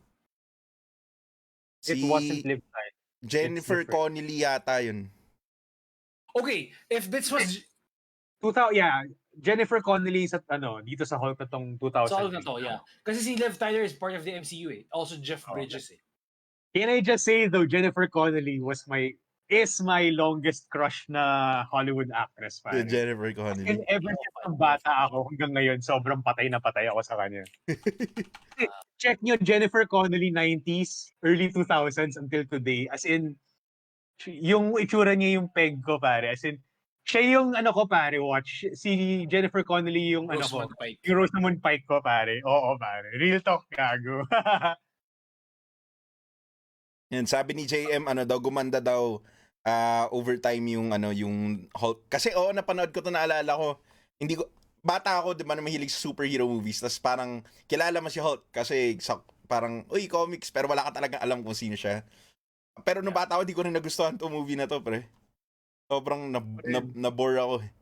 Kaya parang... Although JM na gumanda siya in time, really. That's interesting. So, maybe I need to rewatch it. Oo. Buti na lang dito sa Netflix, pare. Oh, may nakita kang picture. Ang ganda ni Winona Ryder noong 90s. Oh, yes, pare. Man. Winona Winona Ryder. Ryder fan din ako, pare. Oh, Winona Ryder, pre. Si Winona Pero Ryder. ngayon, hindi na siya ganun ka, yung sa Stranger Things. Oh. Yeah. Nanay Pero na before, nanay na siya. oh my God, yung sa yung meron siyang movie kasama si Adam Sandler, sobrang ganda niya doon, pare. Yung mayaman si Adam Sandler. Oh, shit. Yung patay yung paa niya, yun ba yun? Yes! Yes! Nakalimutan ko na yung title nun. Maganda rin yung movie na yun eh. Mr. Deeds. Oh, Mr. Deeds. Sobrang ganda niya doon. Maganda nga siya maganda nga siya doon. Maganda nga Watch, si Winona Ryder. Watch, yun yung mga type kong girls, pare. Jennifer Connelly, Winona Ryder. Mga brunette. Yes, Brunette. More on brunette. Brunette, short hair, usually ganun. Yung Ibig sabihin si Mila Jovovich, men, nung Resident Evil. Pare, Jennifer Connelly in career opportunities. Oh my God, yeah. Career opportunities yun yung 1997 na movie ni Jennifer Connelly. Yeah, sobrang goddess niya doon, gago. Actually, Jennifer Connelly in any year is a fucking goddess. Sobrang swerte ni Paul Bettany. Naiinis ako kay Paul Bettany. Gusto ko upakan si Paul Bettany. Siya ba yung asawa? Oo, pare. Si Vision, pare. Si Vision. Gusto ko ba pa ako si Vision, pare. Napakaswerte niya, gago. Napakaswerte niya, men. Tapos tangina, nakakissing scene niya si Mary Olsen. Oh, ito. Sarap. Si Elizabeth. Ay, Elizabeth Olsen ba yun? Elizabeth Olsen. Ay, crush ko din yun eh. Pero sabi ni JM, nasa Alien movie daw din ba si Winona Ryder? Hindi ko alam. Tingnan natin. Nandito si paring Google. I don't think so, pare. I don't think so. Alien 1 and Alien 2 is very kinda fresh pa sa utak. And I don't think she's there. Maybe the later ones? Wait, si Gurney I think Weaver. Alien Resurrection. Maybe Alien Resurrection, maybe Winona Ryder. Oo nga, ito. Alien Resurrection. Alien Resurrection. Alien I Resurrection. know my movies! 1997, Winona Ryder. Short, parang siya. Ito binabasa ko yung love story ni Paul Bettany. Ito yung nakalagay. The September 11 attacks motivated him to act on his feelings for her. After 2 days of attempting to contact her, which is Jennifer Connelly, he proposed despite the fact that they were not in a relationship. Puta! Last, man! Soon after their marriage, they moved to Brooklyn Heights after living in Tribeca. Tangina, man, imagine mo, until now they're together. This was in 2003. Dude, man! Gagana kaya ito ngayon? Gagana kaya ito ngayon? Parang, parang may Ako isang na lang scene sa... gumawa nun. May isang scene sa Modern Family na ganun parang hindi tayo magkakilala pero ikakasal tayo. Parang ganun. Ang dali ka usap ni Jennifer Connelly, men. Puta ka naman ka May pakisama. May pakisama. Masyado siyang positive, Dream men. girl, pare. Dream girl. Sobrang positive. Sobrang Dinaig pa positive si naman. Bato, Walang negativity sa katawan. Wala, men. Dinaig pa si Bato, gago. Gago, sobrang lungkot ko ngayon, pare. Nung nalaman ko na ganun lang, pare. Ganun lang. Men. Pare. Tapos nakalagay pa dito, pare. Crush niya si Jennifer Connelly since nung Labyrinth. Nagkakilala sila sa isang... Labyrinth. Nagkakilala sila kasi nag-star sila sa A Beautiful Mind. Doon sila nagkakilala. Okay. Pero meron silang relationship. Starring Russell Crowe. Yes, Beautiful Mind starring Russell Crowe. Yeah. Pero pareho sila sa relationship nun, so walang nangyari. Pero sabi ni nakalagay dito, Paul Bettany had a crush on her since Labyrinth. Paul Bettany, if you're watching this by any chance, go fuck yourself, gago. Paul Bettany, if you're watching this, man, you deserve I love it. you. Pare, Ang galing. Pare, strong, gago. This for mixed reviews, you motherfucker. Ito na ako, pare. It's like, boy. Sabi ni Felix, the definition of shoot your shot, sobrang lala Kumbaga, Man, kung iba 3 points, ito, parang dulo-dulo Pare, gago. 100.4 seconds. Bahala na si Batman. Pare, hindi na bahala si Lord, hindi na bahala si Batman. Pare, bahala na universe, gago. Binato Sumut, gago. Dulo-dulo Ina, lupet. Grabe itong Paul Bettany. Anyway, Hulk. Medyo tagilid ako. Tatagilid ako, Konting himas pa para sa konting himas pa. Wala ni Mason. I-recommend ni JM na naging better daw siya through time. Naging curious ako to see it again. Sige, we'll see that. Because I was too young to understand bigger themes back then. So maybe that's the reason why I thought it was bad. Basta green lang makikita natin ng bata tayo. Anyway, next list of movies. Okay, ito na. Actually, papanorin ko ulit kasi nandun si Jennifer Connelly, pare. Fuck. Okay, Tiger King. Tiger King 2. Season 2 na to kasi meron Tiger King 1. Naging trending to sa US Ano to? Tungkol saan to? About dun sa Tiger guy. So if anyone's watching, basta nag-trending to sa US. Nag-trend to sa US. Tiger. Yeah, season 2 already. Ito yung parang real series, di ba? Tama ba Yeah, yun? it's about the Tiger King itself. I forgot his name though. But anyway, itong majority nito parang mga series to mga nilagay ko dito. True Next crime. is Arcane. Yeah, true crime. Next is Arcane. All I want for Christmas is Ginawa pa nila na animation to. Pare, may animation yan. Men, dapat si Jose definite Marichan, meron din tayong ganyan kay Jose Marichan. Dapat gawan din siya yun Whenever I see girls and boys singing lanterns, yung gano'n yan, di ba? Oo. Gawan siya ng animation, men. Arcane, League of Legends. So, sa mga gamer fans natin dyan, this is League of Legends animated series. Yes, Arcane. Actually, interested ako. Balita ako, men, maganda. Kasi ito yung nagkaroon na ng... Sa totoo lang, para sa mga naglaro ng League of Legends, kasi interesting din talaga yung mga characters nila. Parang nakakuha lang tayo ng onting backstory from, siguro, sa mga profiles sila from the game. Pero dito nagkaroon ng backstory si Jinx, balita ako. So, yung mga tao... parang nagkaroon sila ng attachment kay Jinx na never kong na-imagine na mangyayari. Kasi nung nakita ko si Jinx na nilaro ko yung League of Legends, parang naisip ko, okay, kapatid siya ni Vi. Yun yung alam ko, kapatid siya ni Vi, tapos criminal siya. Yun lang alam ko. Tapos dito natin malalaman yata yung buong storya kung paano nangyari siguro. Andito ba si Timo? Hindi ko lang sure. Ang alam ko sila Warwick nandyan, si Vi, yun nga, tapos si Jinx. Pero as far as other champions are concerned, hindi ko alam kung nandun sila. Yan. Sabi ni JM, maganda daw Arcane, especially for the League of Legends fans. Kaya nagulat nga ako Kasi sobrang nagkaroon ng event to Yun nga, na diretso na animation, di ba? Parang sobrang solid nga daw. Yung iniisip ko lang, ang tawag dyan, sobrang swerte si Razzie Binks, pare, kung kilala niyo siya, streamer siya. Kasi nagkaroon siya ng malaking event, tapos in-invite yung mga offline TV, yung mga artista. Tapos may isang Filipino streamer doon na invite doon sa event. Gago, sobrang nakakatuwa. Tapos na-interview niya yung ibang parang tinuturuan niya lang magmura yung, yung mga offline TV, yung mga ibang sikat na streamers. Gago, sobrang solid.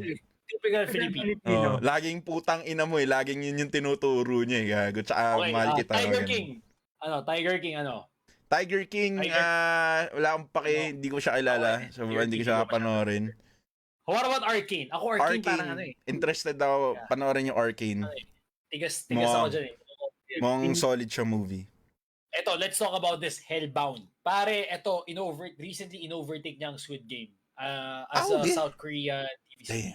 Ito synopsis niya. Basahin ko lang sa Synopsis pala. Synopsis. Ito. Hellbound occurs in an alternate reality version of Earth wherein supernatural creatures suddenly materialize to deliver prophecies and drag humans to hell. Oh, shit. Bound to a metaphysical approach, it exposes the duality of not allowing your light to come forth and only slowing your dark to expose itself. So basically, bigla na may mga demonyong hinahatak pababa yung mga tao. Gets. Gago, solid. Parang okay to. So para siyang Constantine. Nakita ko yung trailer, maganda yung trailer. No shit. As in like parang, what the hell is this? Wild yung trailer ng Hellbound. So is this a series? A series. It has 6 episodes so far. Series pala. Ay, nagulat ako sa running time, 42 to 60 minutes. 60 minutes ba? Okay, series pala siya. So far, maganda reviews niya. Pare, dahil dun sa sinabi mo pare, sobrang na-intriga ako. Oo nga yung trailer. Ganda na yung synopsis Check muna yung trailer. Check yung trailer pa. Maganda. Sabi nga ni... Check out natin. Hindi ko na paparin yung trailer. Hideo Kojima. Si Hideo Kojima pare, si parang Hideo, sabi maganda daw yung Hellbound. Si Hideo! Text ko yung kagabi pare, si Raul lasing ba? Oo. Ayun, maganda daw Hellbound. So, kung sinabi ni Hideo Kojima na maganda yung Hellbound, Ben, sure yan. Ibang klaseng vision na meron yung taong yun eh. Yes. Ang panoorin yun. 2020 vision yun. Iba mag-isip yung taong yun. 15 okay, vision. ano next sa list natin? Narcos, Mexico. I stopped watching Narcos after ng storya ni ano pangalan yung sikat na fugitive? Pablo Escobar. After nag-stop na ako. So hindi ko napanood ang Narcos season 3 or Mexico. Kayo ba? I'll be honest guys, I haven't seen a single episode of Narcos. Same. Yun din sabi ng girlfriend ko, it's really good. Narcos. Kasi ako interested sa drugs guys, hindi ako ganun tao eh. Ako din. Ayoko na lapitan. Man. Oo. So, hindi ko na tinituloy lang. Paktayin ko kayo lahat. Sabi nga ng anak ni Bong Revilla, bola muna bago droga. Bola muna bago droga. Last dance muna bago Narcos, di ba? Last dance muna bago Narcos. Yung pala ibig sabihin niya. Gago yung pala ibig sabihin niya, advance mag-iisip eh. Putang ina eh. Hindi natin pala alam na yun yung ibig sabihin niya nun. Tsaka pare ba, syempre maganda, pag pagod ka na, saka ka magdodroga para magkaroon ng energy ulit, di ba? Yun yung sinasabi niya. Yun yung sinasabi niya. Pangit yun. By the way, we don't condone drugs. Kids, stay away from drugs. Putang ina. Ano yung Facebook yun, yung may nag-comment, yung imbis na caffeine, cocaine, sabi niya. Tayo na, lahat nga ng taon, nagkakape, may cocaine yun. Ma'am, caffeine po yung nasa coffee, hindi cocaine.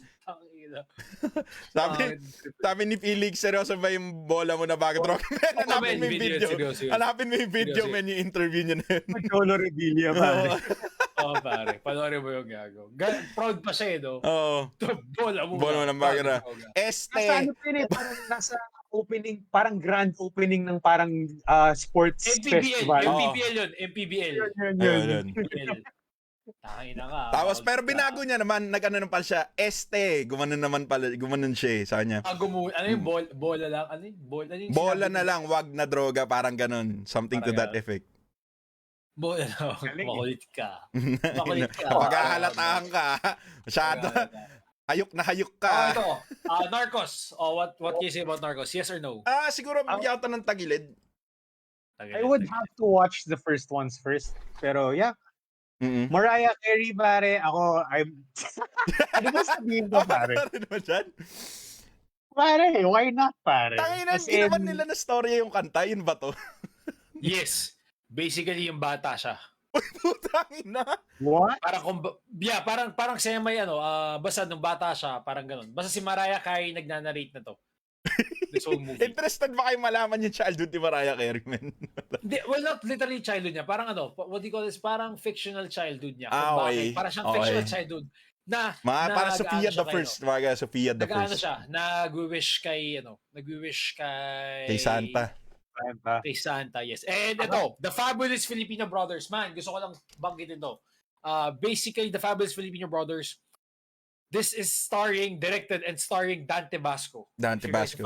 Dante Basco is Prince Peter, Zuko, tsaka si, ang tawag dyan, yung sa Peter Pan. Sa Peter Pan. Oh. Siya yun. It basically tells about the family affairs of a Filipino family in the US. I honestly am interested in this one, to be honest. Kaya ako siya sinama.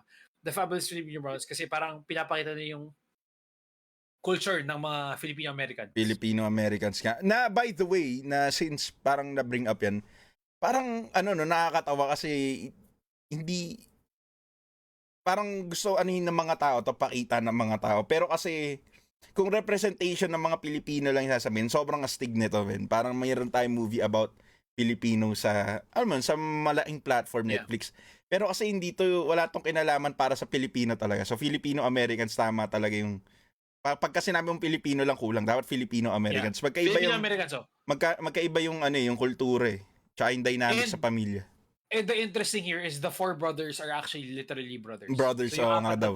Sila Dante, si Derek, si Dion, Janicio, and Darion. Napaka-Filipino. Merong insider information si Man of God. Namomol ni Dante Basco si Solen dyan. Yes. Solen Yusuf is here.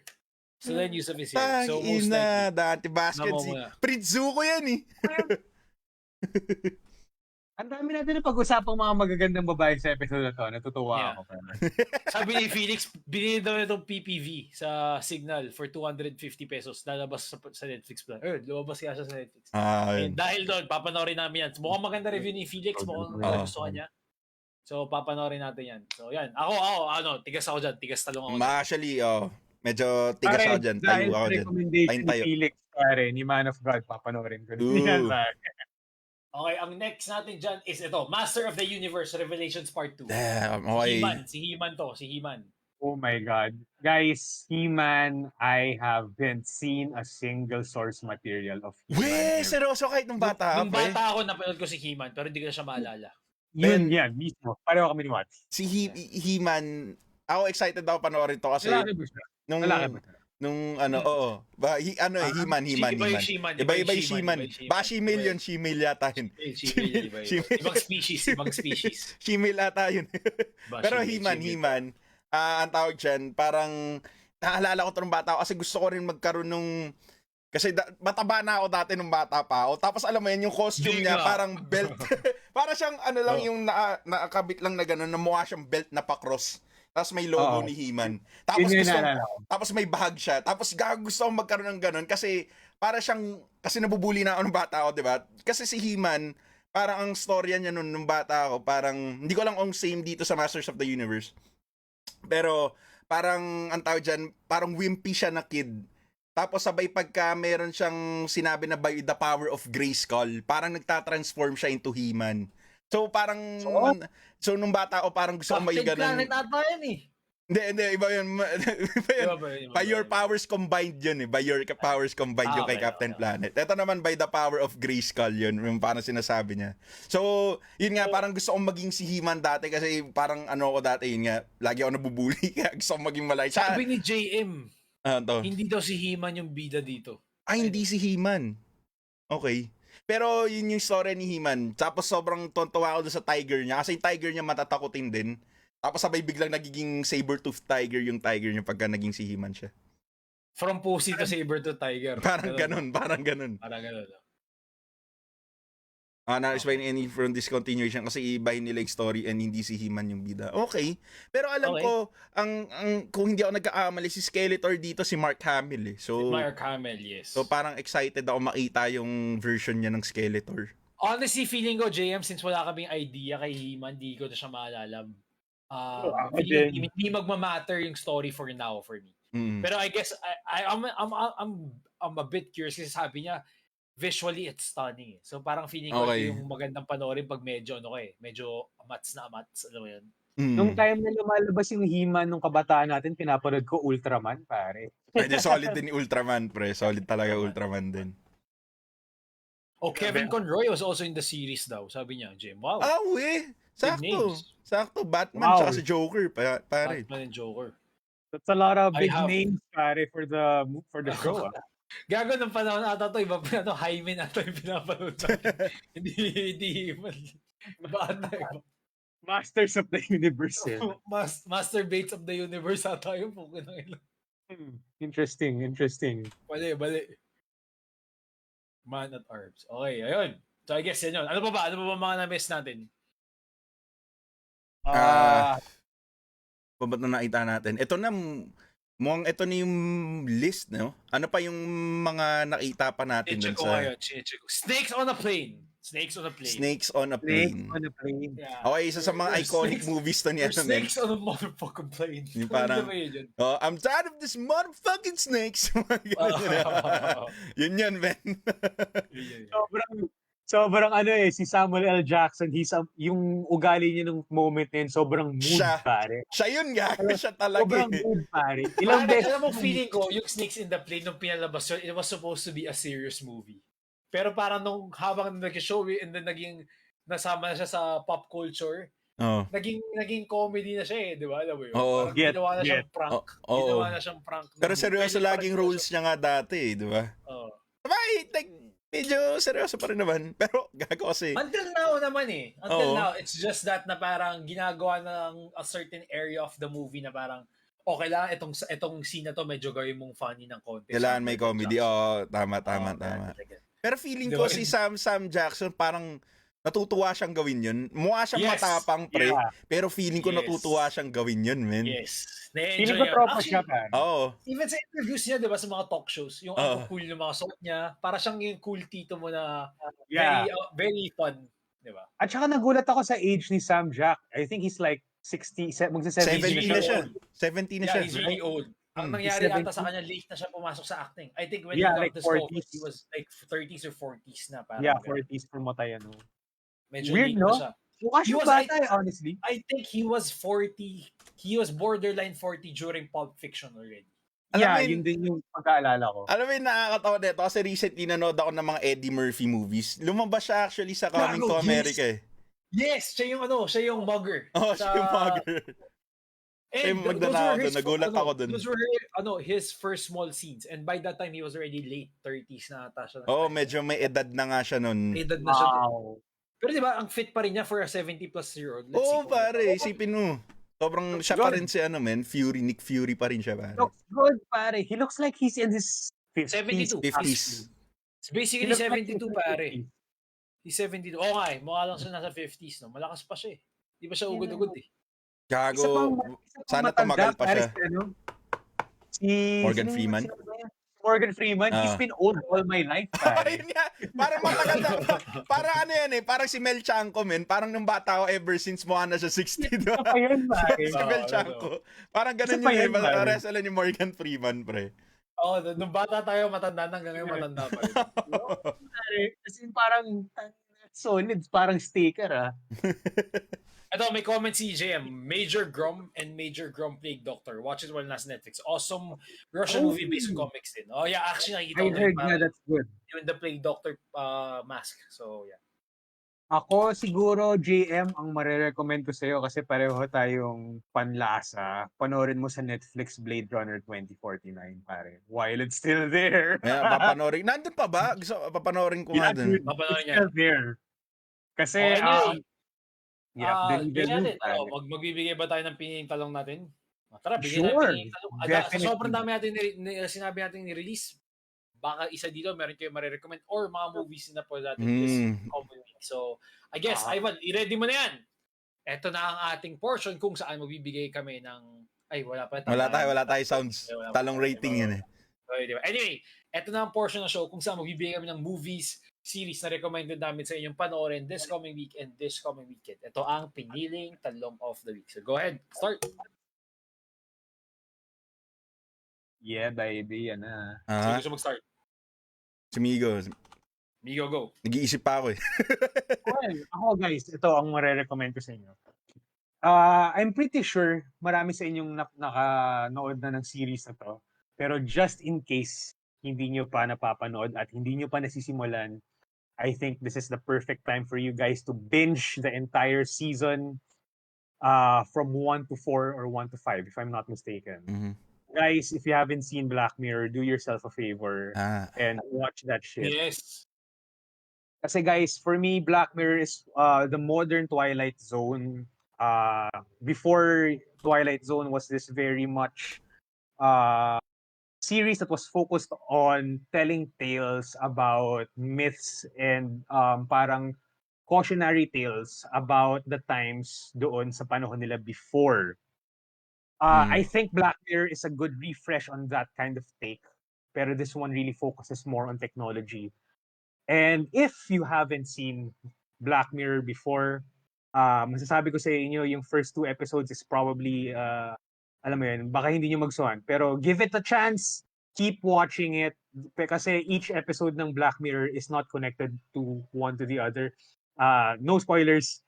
Okay, so just watch it kasi yung mga episodes niya is very unique, self-contained somewhat.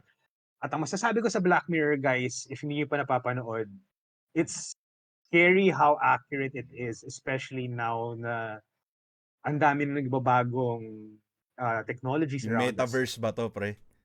Metaverse, cryptocurrency, the China's parang yung visual how they rate you in public and it affects grabe yun. I forgot what that may tawag dun sa thing na yun eh. Anyway, AI, even those small things, guys, Black Mirror is really a good watch kasi while technology and all of these advances are nice and they are making our lives easier, I think watching content such as Black Mirror gives us, hindi tayo tinatakot eh, pero it's something to think about. Alam mo yun, it makes us think it makes us think about what's happening. Hindi siya, I don't like the current trend wherein people just keep on saying yes as long as it makes your life easier. Alam mo yun? That shouldn't be the case. You should always be thoughtful and you should always be thinking about the repercussions of these changes, of these technologies and how it changes our lives.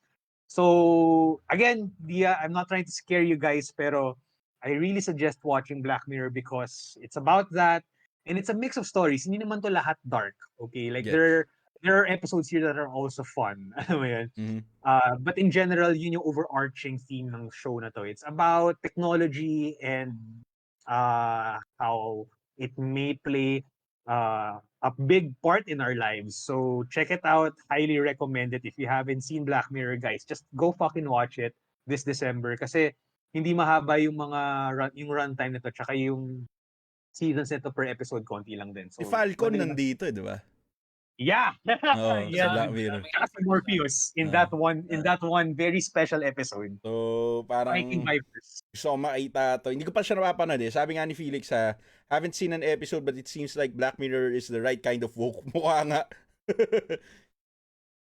I wouldn't say it's woke, pare, but I guess it gives you food for thought. Yun na lang. Okay, gets. Parang yung yung discussion namin dun sa AI codec call nila DJM.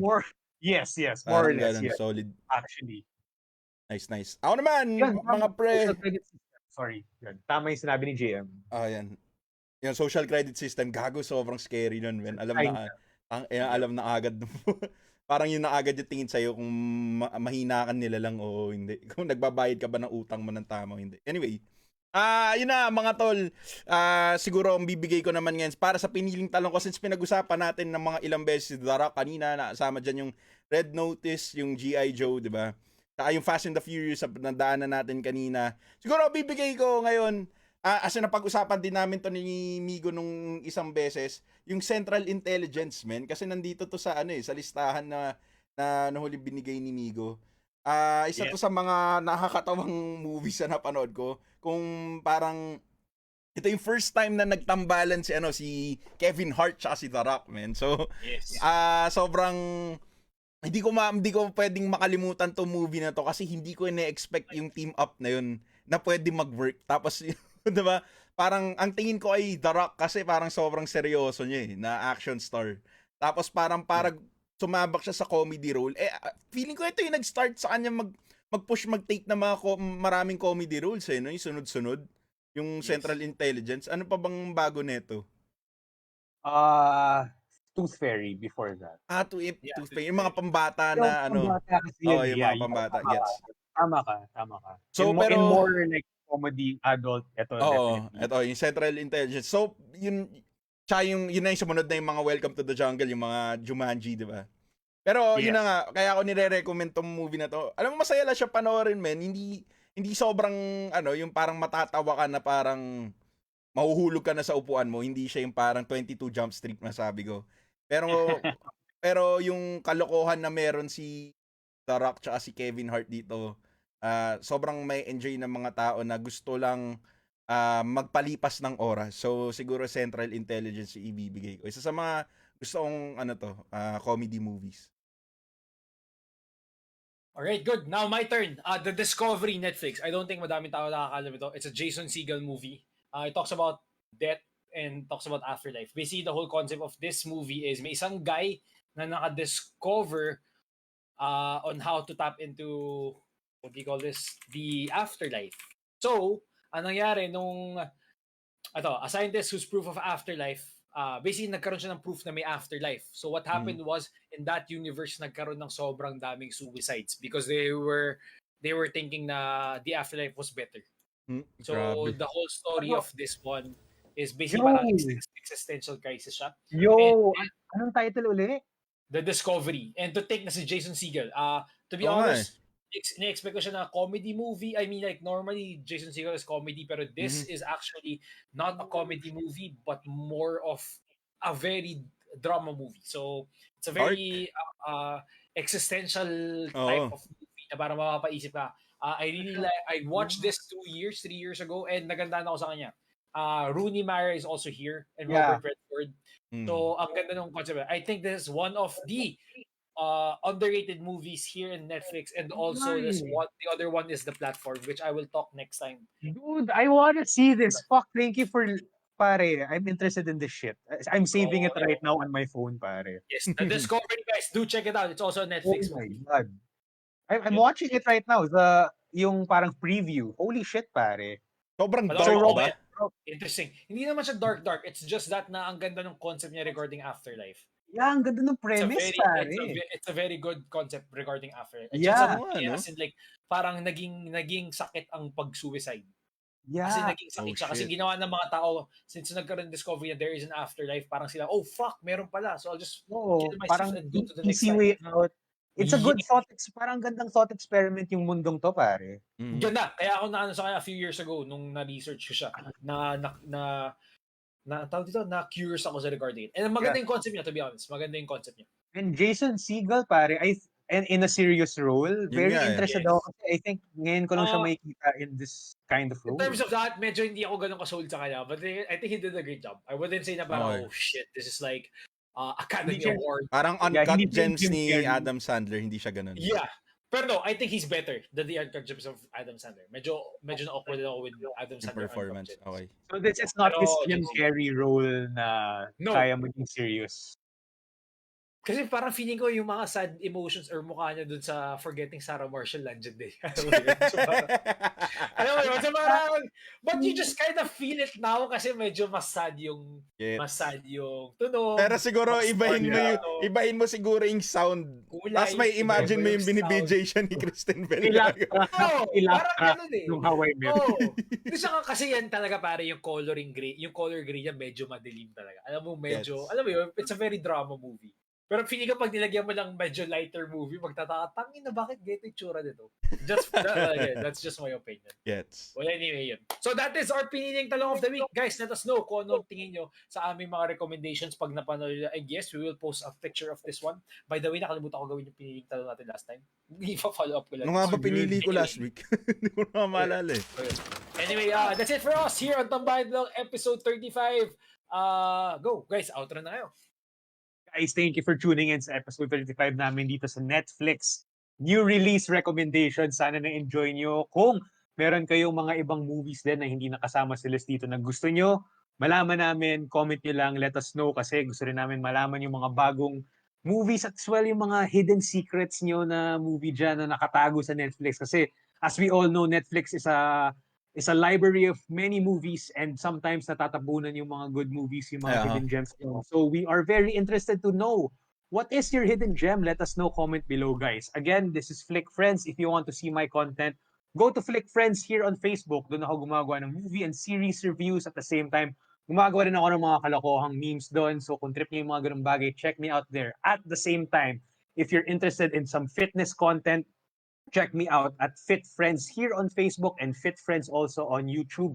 That's where I do reviews on fitness-related products and as well as fitness supplements. So, again guys, Flick Friends para sa kalokohan and Fit Friends para sa kalusugan. See you guys there. Tsaka yung bagong video mo, men. Nilabas mo tungkol dun sa dumbbells, solid yun. Pare, may ano yun, may post-credit scene yun. So, panoorin nyo hanggang huli. Nice.